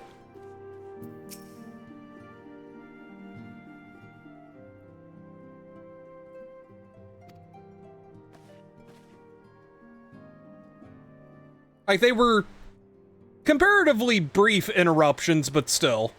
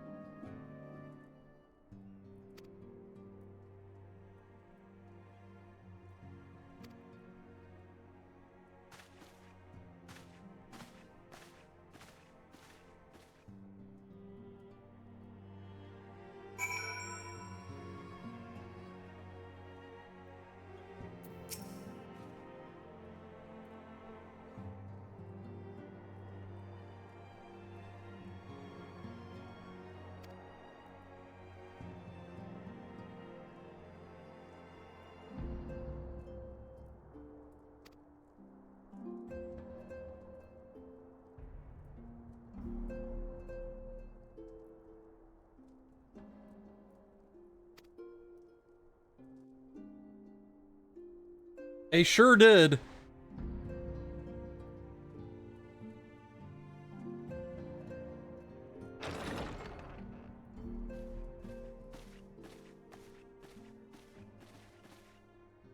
How goes the fishing? Caught anything slippery? Aye. Our suspicions were well founded. The Serpent Reavers are indeed the culprits. The plot thickens. Has there been any movement in Thanalan? It has been blessedly quiet, which is to say the Amalja are being no more or less of a nuisance than usual, summoning Ifrit with such crystals as they have hoarded. Urianger, too, reports not out of the ordinary. Then we have our explanation. Your explanation for what, pray tell? For the recent spate of crystal thefts in Thanalan, we naturally assumed that the trail would lead us back to the Amalja. Yet it did not. It led us across the sea unto Vilbrand. Vilbrand? There have been reports of increased Sahagin activity of late. Oh gods, they mean to summon Leviathan? That is the way of it, I fear. Whilst conducting our investigation on behalf of the mineral concern, we came upon evidence implicating the Serpent Reavers. With the aid of the Maelstrom, I was able to verify our suspicions. 'Tis only a matter of time before Leviathan returns to harrow the seas. But there is more. One of the Sahagin, an elder by my judgment, spoke of attaining the gift and knowledge of eternity. Ugh.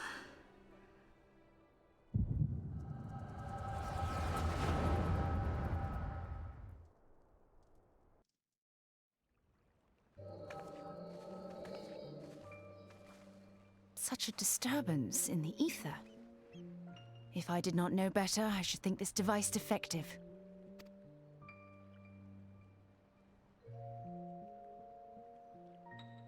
And there is the explanation.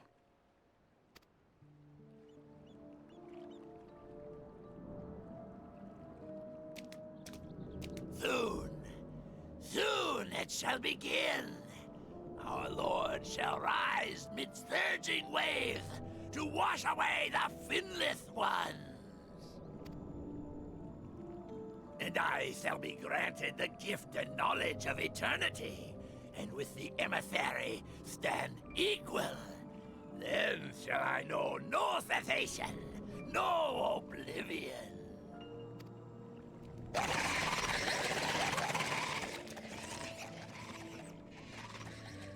Whence comes this promise of immortality? The emissary? We have outstayed our welcome.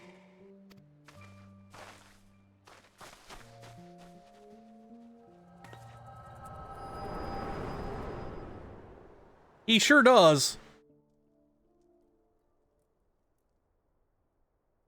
The gift and knowledge.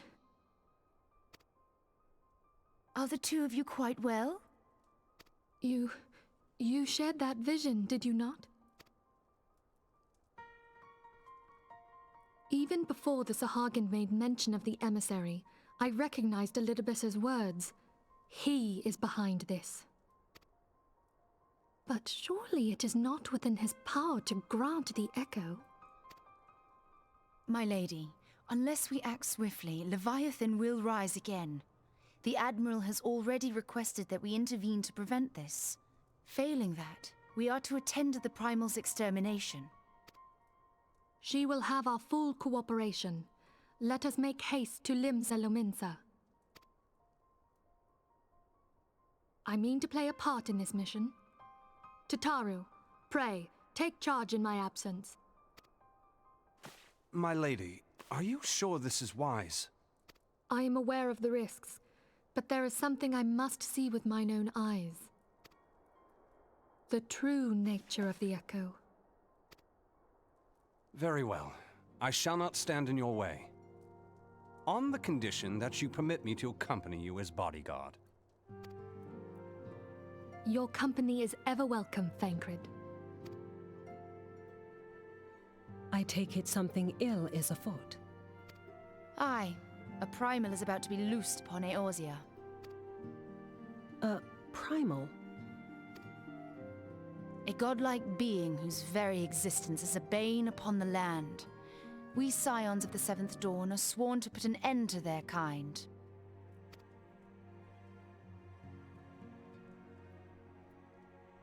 Amazing, Nyx. I see. Know then that I am learned in the arts of war. In return for the kindness you have shown my people, I would lend you my blade. It would be most welcome. When contending with a primal, one can never have too many able allies. If you crave a more intimate understanding of the problems facing Eorzea, this experience is like to provide it. Be sure to come well prepared.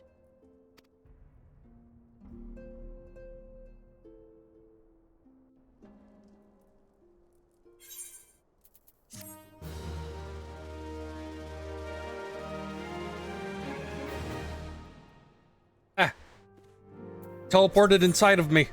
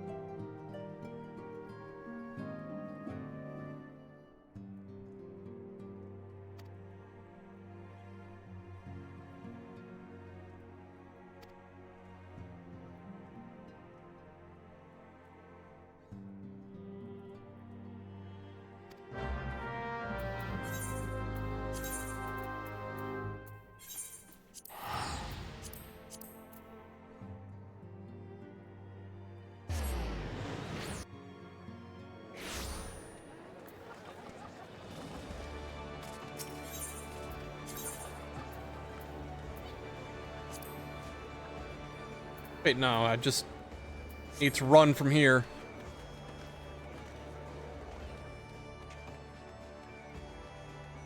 God, it's always so weird seeing my frame rate dip from 60 to 30 in that area. And as soon as I get out of the plaza, it goes back to 60.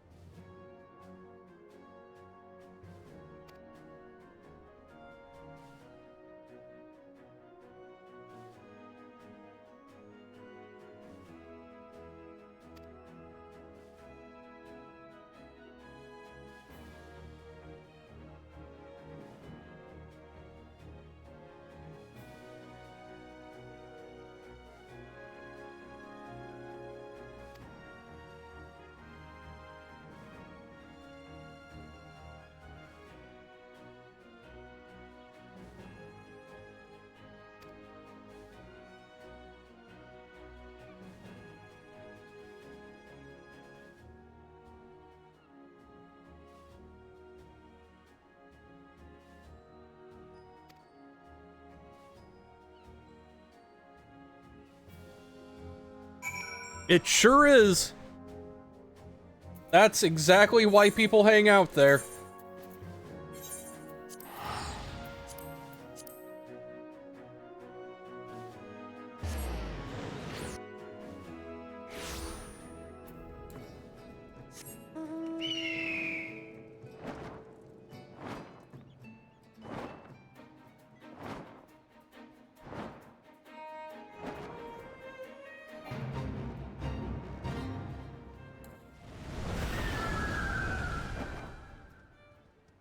I missed my turn.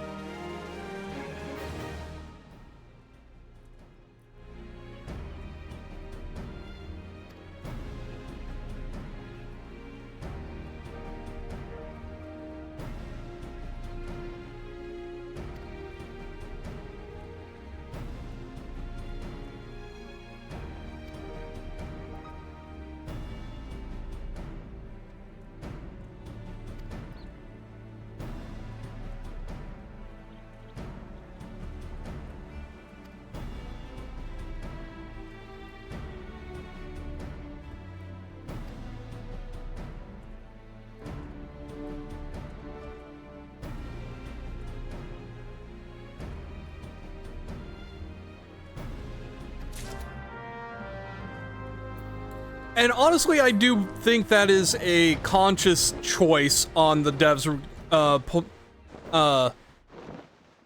part, because, like, they saw how people congregate in Limsa and were like, no, we need to keep this contained to just Limsa.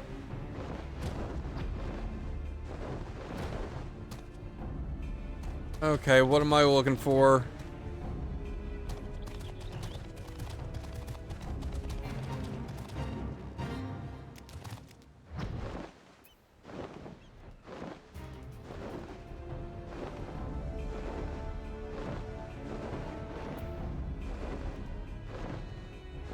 There you are.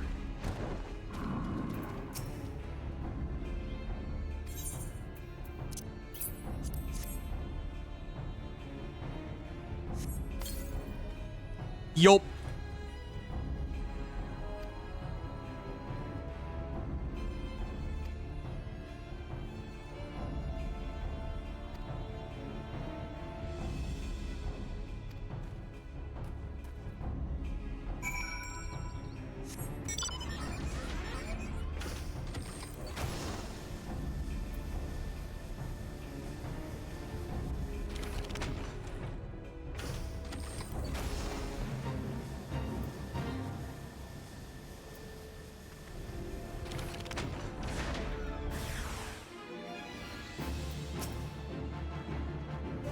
Come on, group up.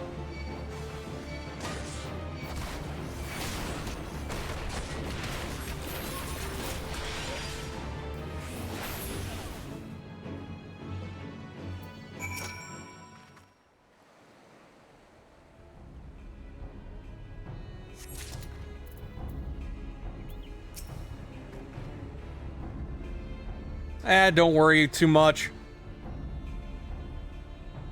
They didn't feel much.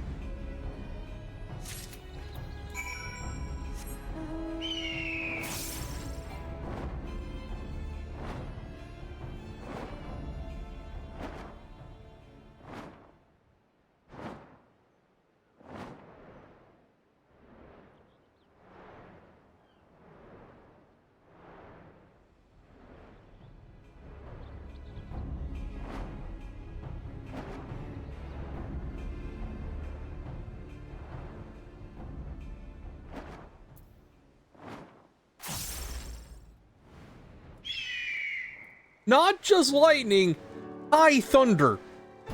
Like, that's Ramu levels of thunder going through you.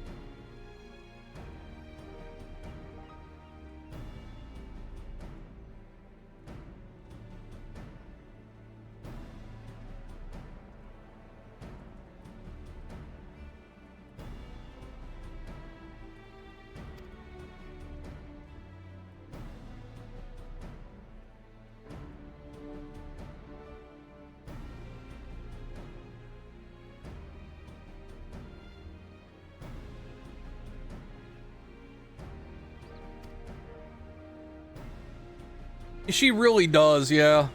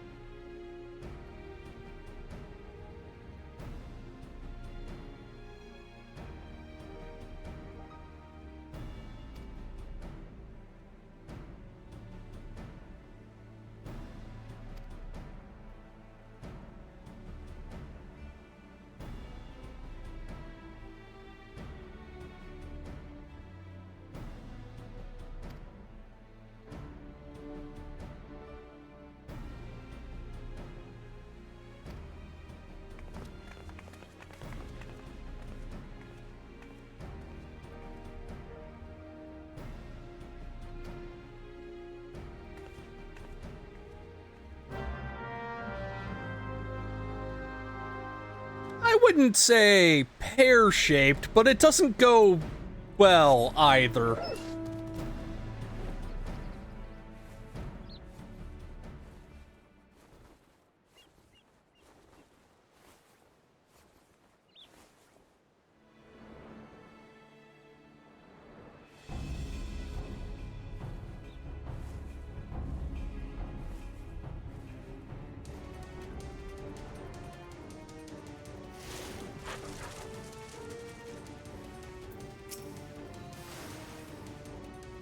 Come on, group up.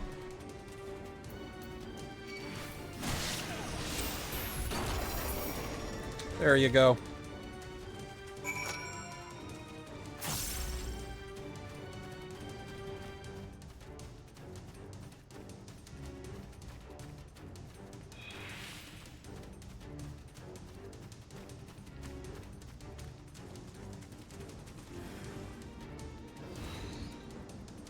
Come on, yeah, do your Gandalf and now group up.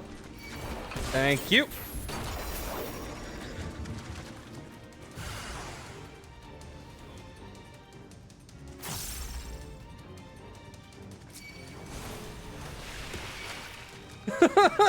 That is very appropriate, actually. Come over here. Thank you. There we go.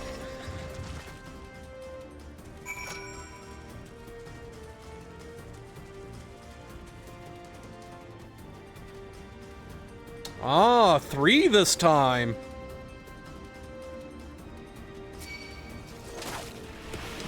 Got a mage. Everybody come over here to the mage.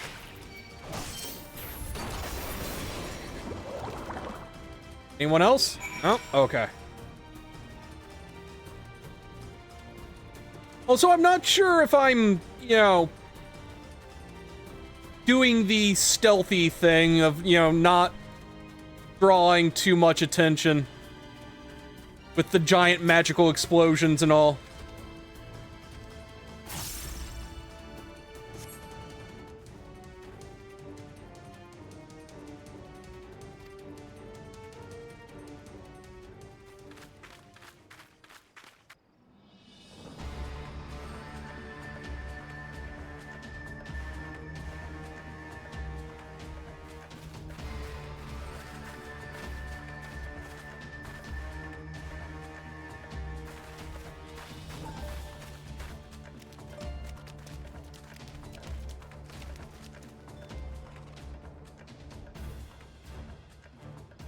Damn them.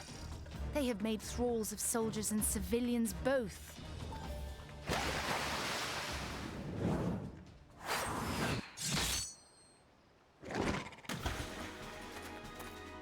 Did I miss much?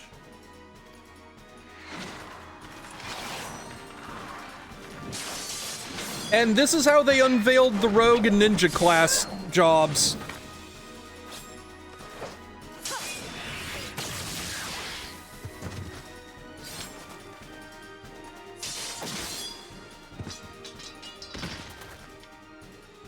So that is how you fight in the Far East. Mental note, pick no quarrel with Domans.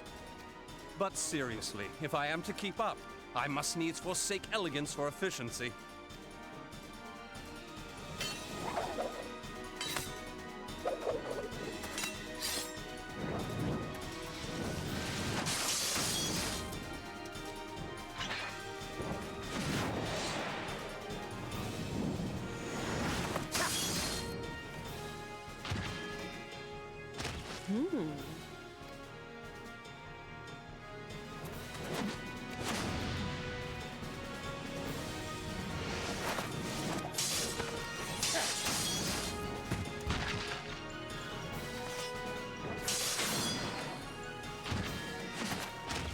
To the Aetheryte!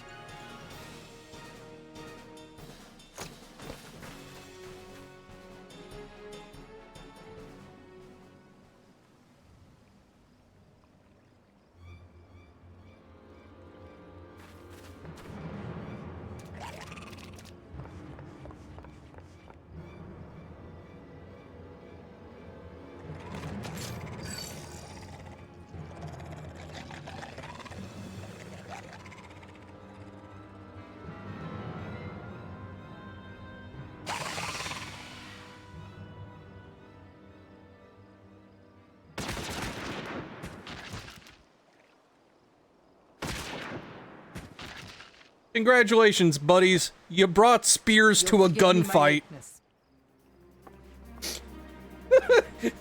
Just shows up and starts pistol sniping.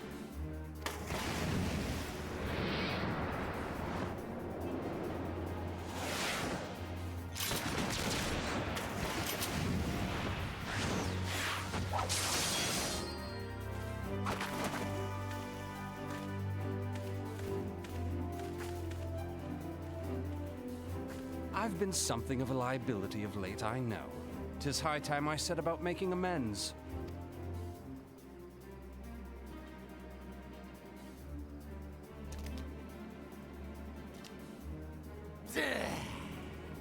Long have you shriveled Sorewalkers tormented our kind. But no more! Your time is at an end! You shall perish with salt in your wounds and sea in your lungs. Lord of the world, hearken to our plea. Lord of the world, deliver us from our misery. Do you feel that?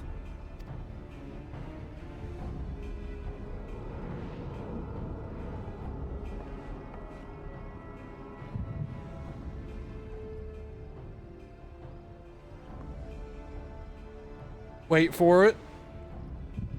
I know this sensation. It's the echo. What?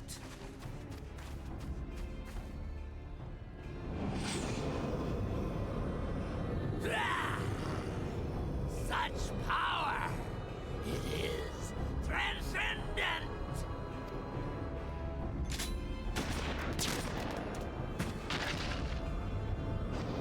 I love that she just one-shots him from shore.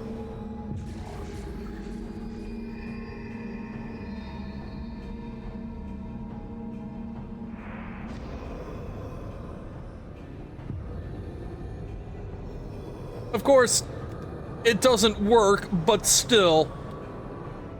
Seven hells. Strike me down if you will. It is futile! I have mastered the gift. I am eternal!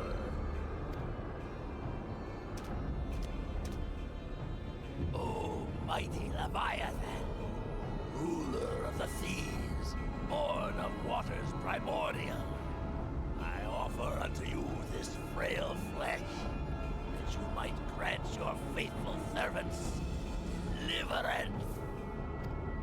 I beseech you, come forth!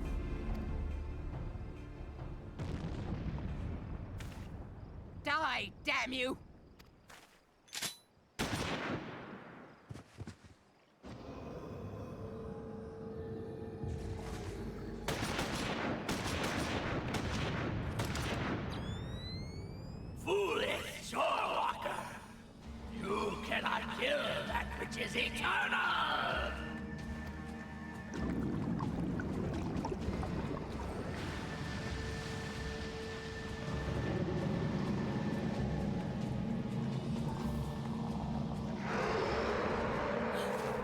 Heavens forfend.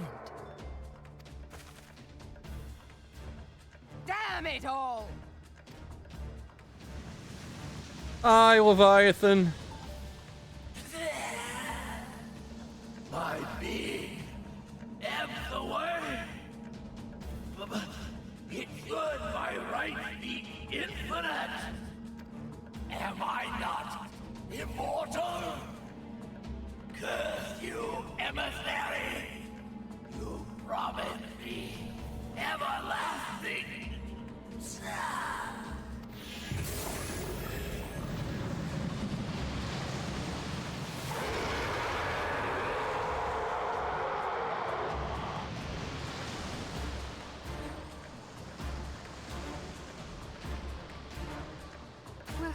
Where did he go?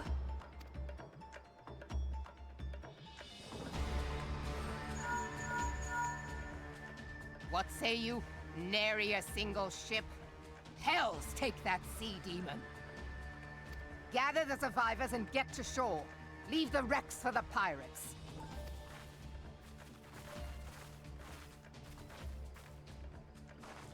Leviathan wastes no time. The diversionary squadron is lost. For a mercy, 'twould seem the primal now makes for open sea. But why does he not press his advantage? Unless... God save us. He means to unleash a tidal wave.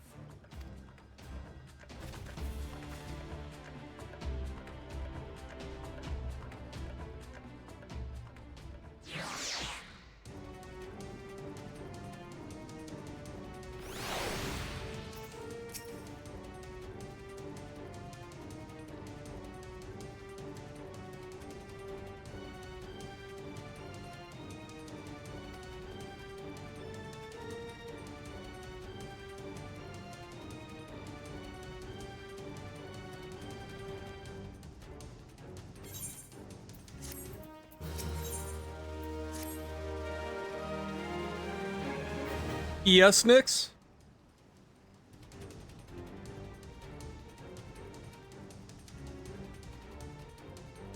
I care. I want to hear your thoughts.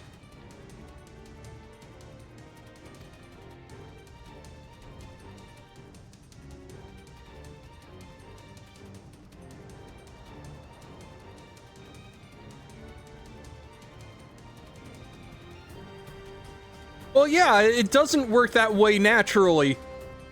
But Leviathan is a big fuck-off elemental. He makes it work.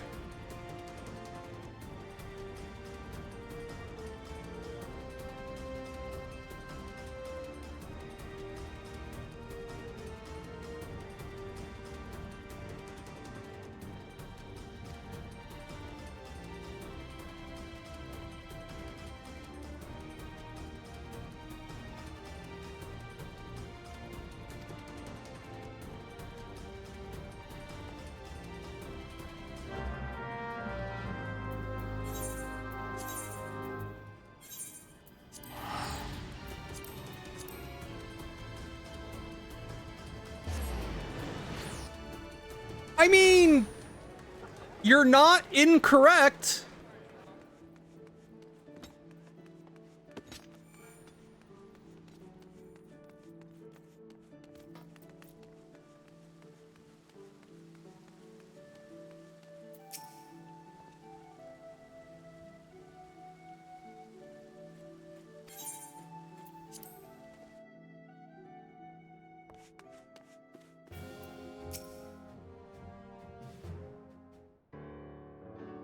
There used to be a hamlet beyond South Tidegate in western Lanosha.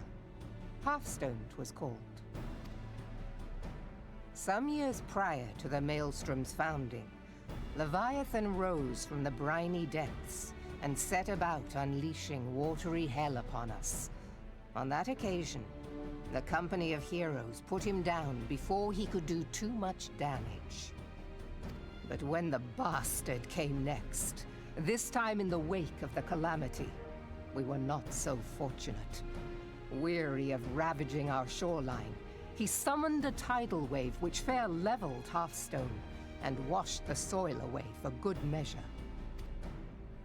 The area was subsequently occupied by the Sahagin. Aye, the thrice-damned creatures transformed it into a spawning ground for their brood. Given the quantity of crystals stolen to feed him and his legion of thralls, we can be fairly sure that Leviathan is stronger now than in his previous incarnations. If that sea demon is left to wreak havoc, what befell Hearthstone may well befall a larger settlement, even Limsa. That cannot happen. The primal must be stopped. That was ever our objective, Admiral. But how are we to achieve it?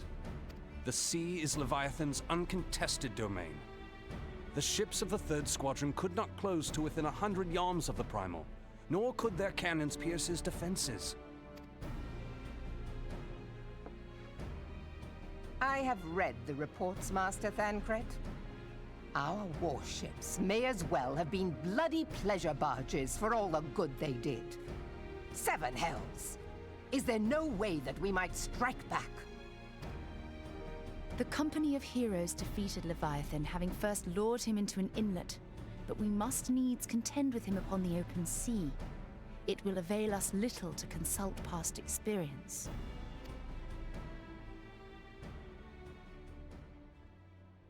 Admiral, if I may. Speak freely, Marshal. By all accounts, Leviathan's most formidable weapon is the very sea itself. Waves and whirlpools, tides and currents, all these things are his to command. The key to victory, I believe, lies in disarming our foe. This, in effect, is what the company of heroes achieved with their ruse. We cannot lure Leviathan from the sea a second time. But what if we could weaken his hold upon the element of water? I have heard of devices capable of such wonders. They draw upon the power of corrupted crystals, I am told. If mounted upon a ship, such a device might be used to prevent Leviathan from bringing the full force of the sea to bear against us, rendering him no more dangerous than any other sea serpent.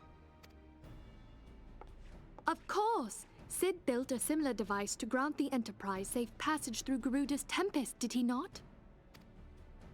Begging your pardon, my lady, but to give credit where it's due, this is something I heard from an old arcanist friend of mine.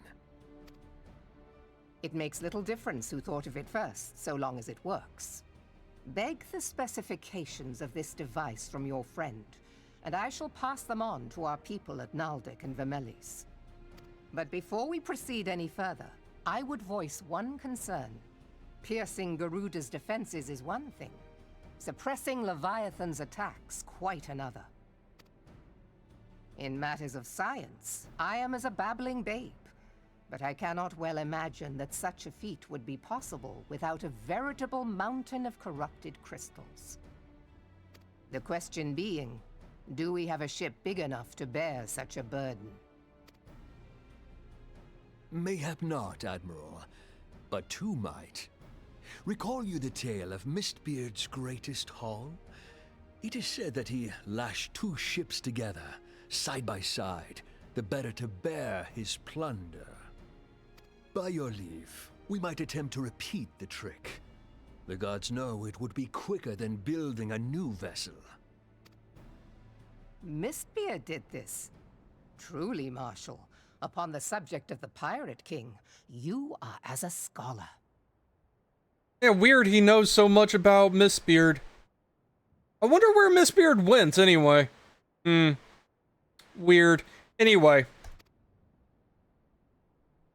Now, from what I have gleaned of these matters, the device will need to be in close and constant proximity to the target.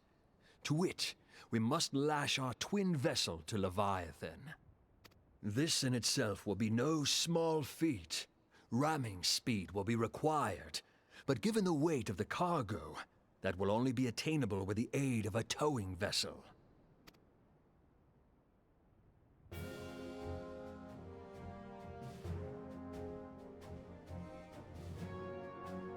Suffice it to say, the task of piloting said vessel will entail considerable danger, and I would not ask it of another. I volunteer myself. 'Twill be dangerous for all involved, but we have no better recourse. Very well.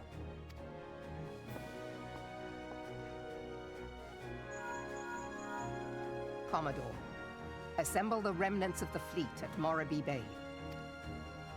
Give priority to our soundest vessels. The repairs can wait.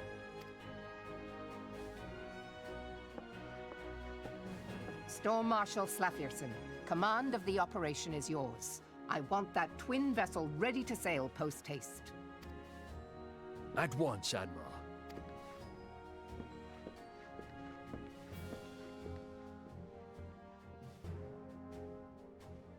And then there is the small matter of slaying the beast. The fate of Limsa Lominsa rests upon your shoulders once again. Go well, Warrior of Light.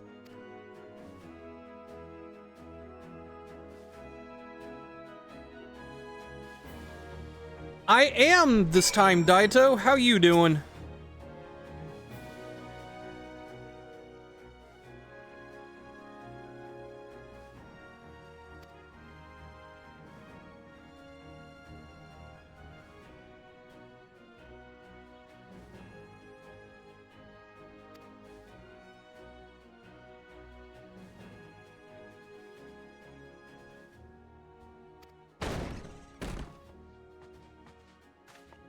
Doing good? Good.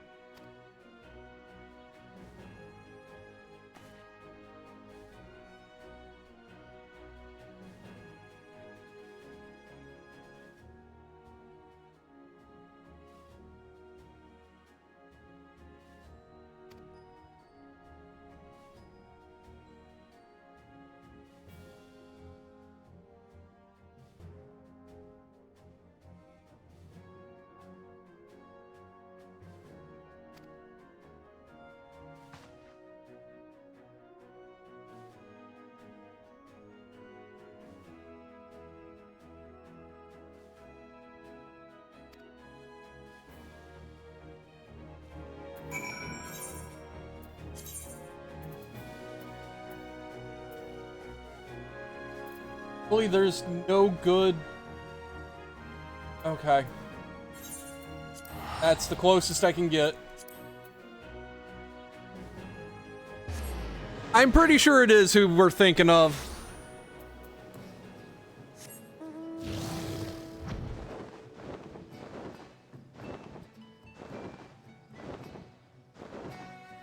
It's not Nero, no.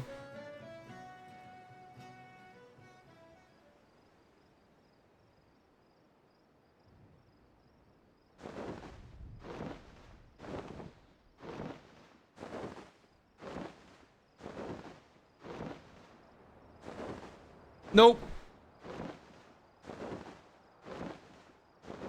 Hildebrand doesn't actually show up in MSQ. His dad does, but he does not.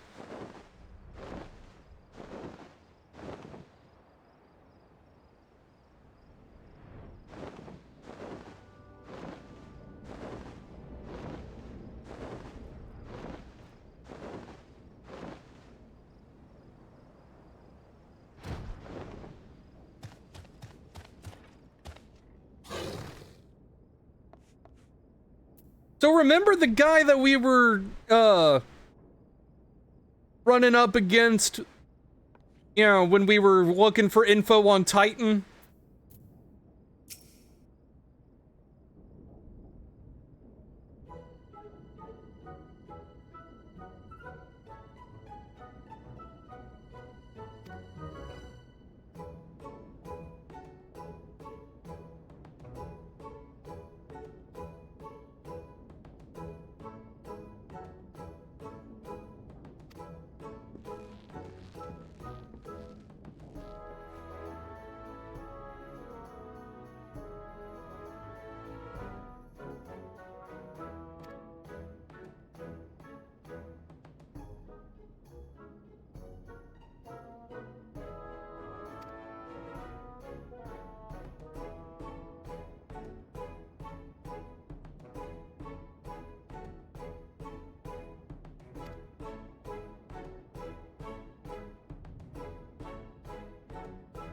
Leviabetus.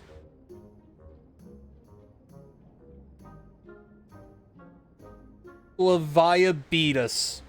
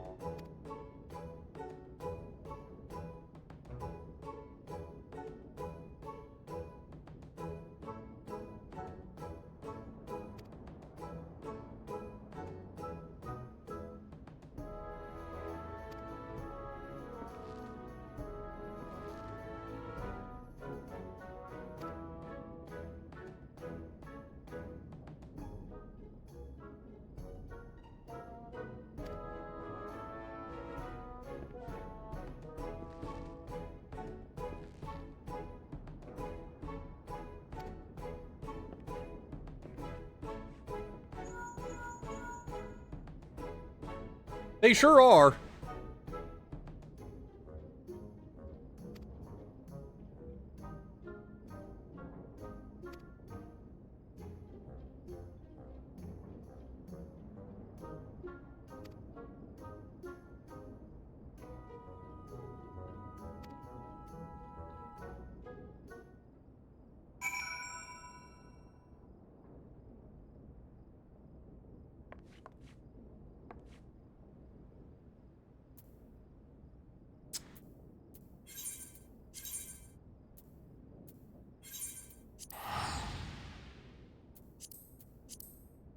I'm gonna just leave.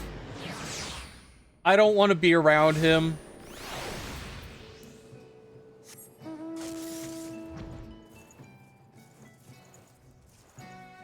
Oh yeah.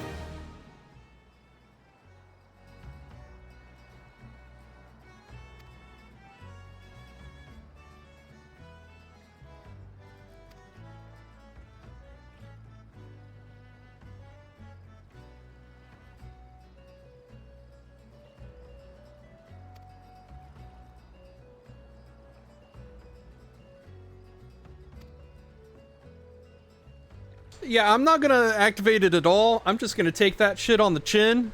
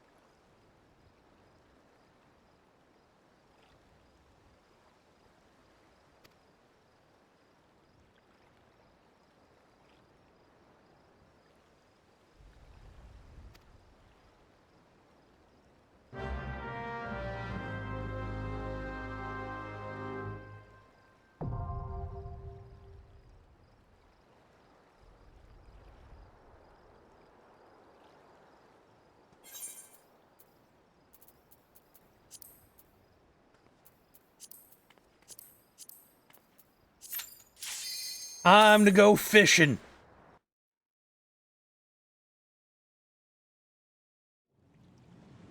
No. That's extreme that I have to worry about that. The railings only come off in, extreme.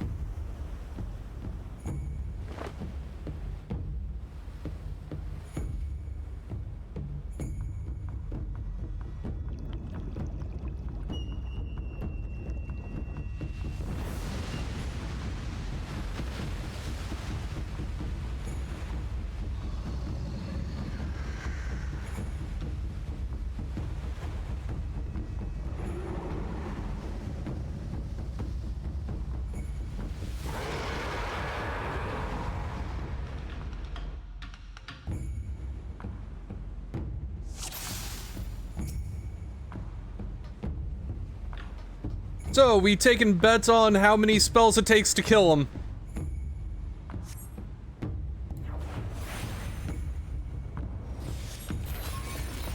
Oh, he's actually resistant. Actually gonna have to try a little bit.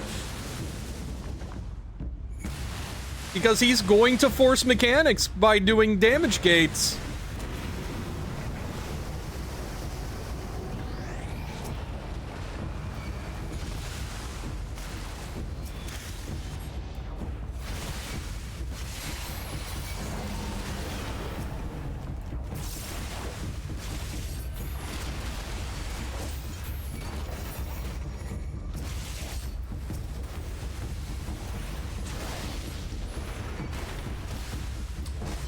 Oh, yep, he's invincible now.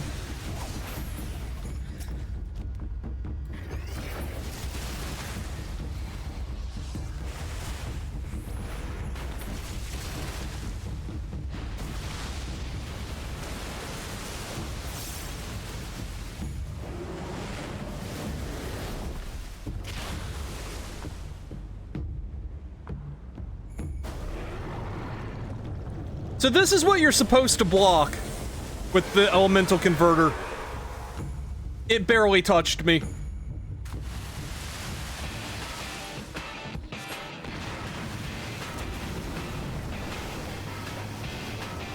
And Leviathan, or if Magumaga's when Soken started to come into his own, Leviathan is where the like actual design of how the music is integrated into a fight starts to get where it needs to be. Words.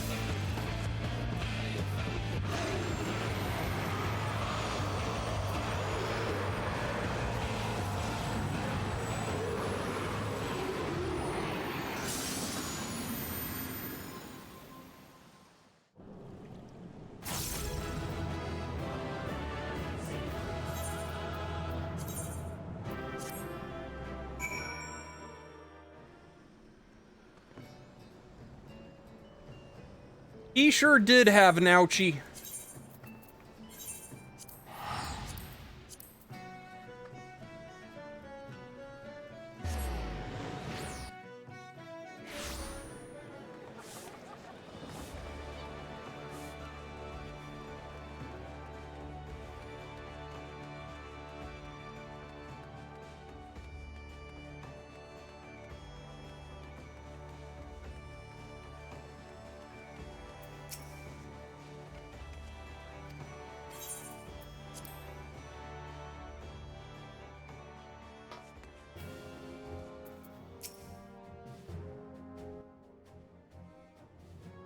we Lominsans are sworn to strive, till sea swallows all.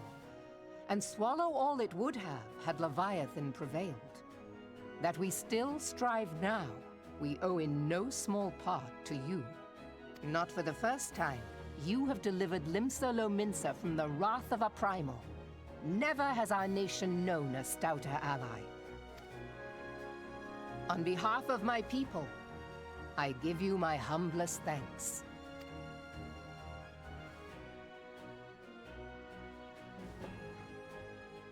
'Tis meet that I give thanks to old Mistbeard, too, for his fine solution.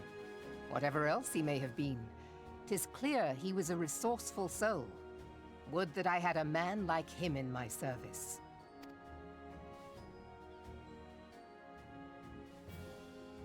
Before I set foot in these lands, I had no inkling that the people of Eorzea contended with such mighty foes. Suffice it to say, their existence came as something of a shock, as did the idea that they could be defeated. This experience has served to remind me of the vastness of the world and the boundless potential of man. Though I am but a refugee in this realm, I would fain be of use to you in your fight. Know that I am tutored in one of the foremost combat arts of the Far East. It may seem outlandish to the Eorzean eye, but should any of your people care to learn, I would be pleased to initiate them. And I will see to it that they are grateful. I have no doubt that your knowledge and skills will serve us well. Besides, your art is not so outlandish as you think. Would you not agree, Master Thancred? Naught escapes your searching eye, Admiral. Few are privy to this information, but Limsa Lominsa is home to a certain secret fraternity. Its members are trained in a form of combat not unlike your own. By my judgment, it should not be beyond such individuals to adapt to the techniques I witnessed you employing with such admirable deftness.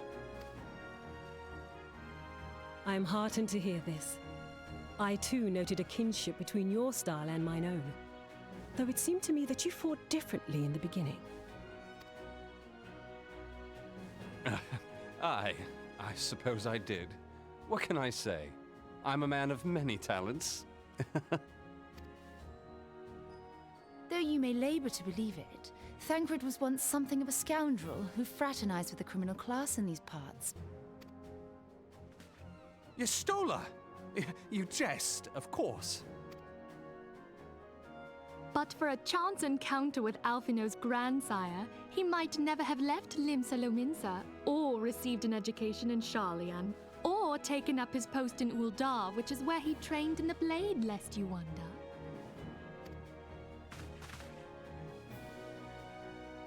Minfilia, please! It would seem there is more to you than meets the eye, Master Thancred. Lady Yugiri, I am told that you and yours came to Eorzea seeking permanent resettlement, and that many domins have since been engaged as frontier hands at Revenant's Toll. Moderna is many things, but a place of refuge it is not. Know that I would like nothing better than to furnish your people with a new home here on Lominsan soil. Alas, racked by instability as we are, our nation is in no fit state to take you in. Yet I'll not have it said that we turned a blind eye to your suffering. Until such time as we can do more, I pledge to send provisions. We are in your debt, Admiral. I realize that it scarce qualifies as repayment, but if it please you, I shall set about sharing my martial knowledge with your people at once.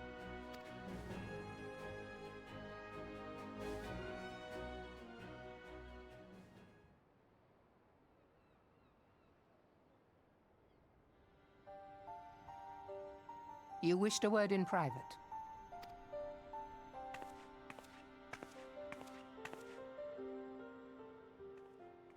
The better not to spoil the festive mood. History repeats itself, Admiral. As the kobolds did before them, the Sahagin resorted to summoning their god over a territorial feud. They acted in self-preservation. It may be that the Sahagin initiated this particular clash, but how it begins does not interest me so much as how it ends.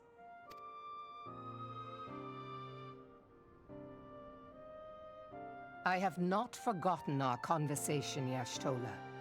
I am aware that man bears part of the blame for the primal's existence. Nor am I ignorant of the Sahagin's reason for acting. They sought to secure a place to breed and multiply that their kind might survive. Self-preservation, as you say. But we have as much right to live and thrive as they. If our own survival is threatened, are we to lay down our arms and welcome oblivion? Nay. And so you kill, that you might live. Yet if living is a right, then that right belongs to all peoples, be they men or beastmen. I'll not deny your reasoning. But when a storm gathers, it falls to me to see my people safely through it. That is my duty, and I shall do it.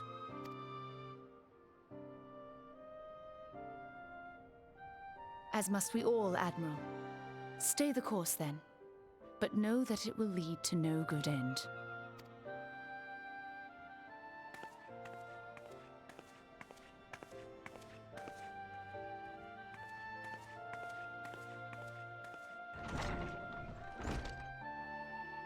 Man has ever put himself first and foremost. To justify his actions, he clads himself in the armor of righteousness, though it be a fancy of his own making. In this, mayhap the Garleans and we Domans are not so different.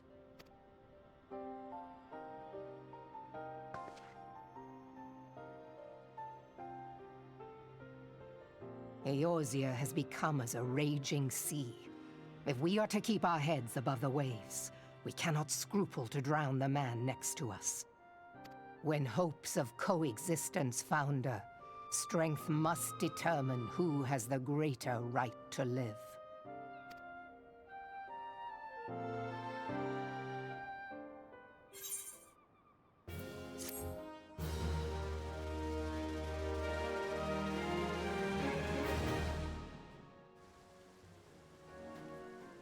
Okay.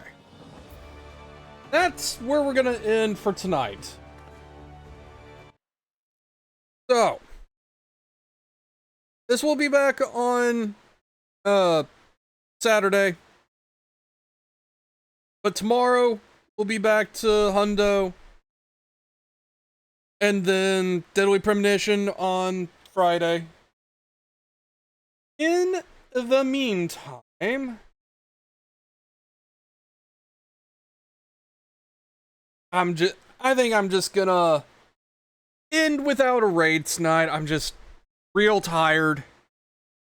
So go pay it forward however you see fit. In the meantime, y'all have an excellent evening. Take care, and I will catch you all later.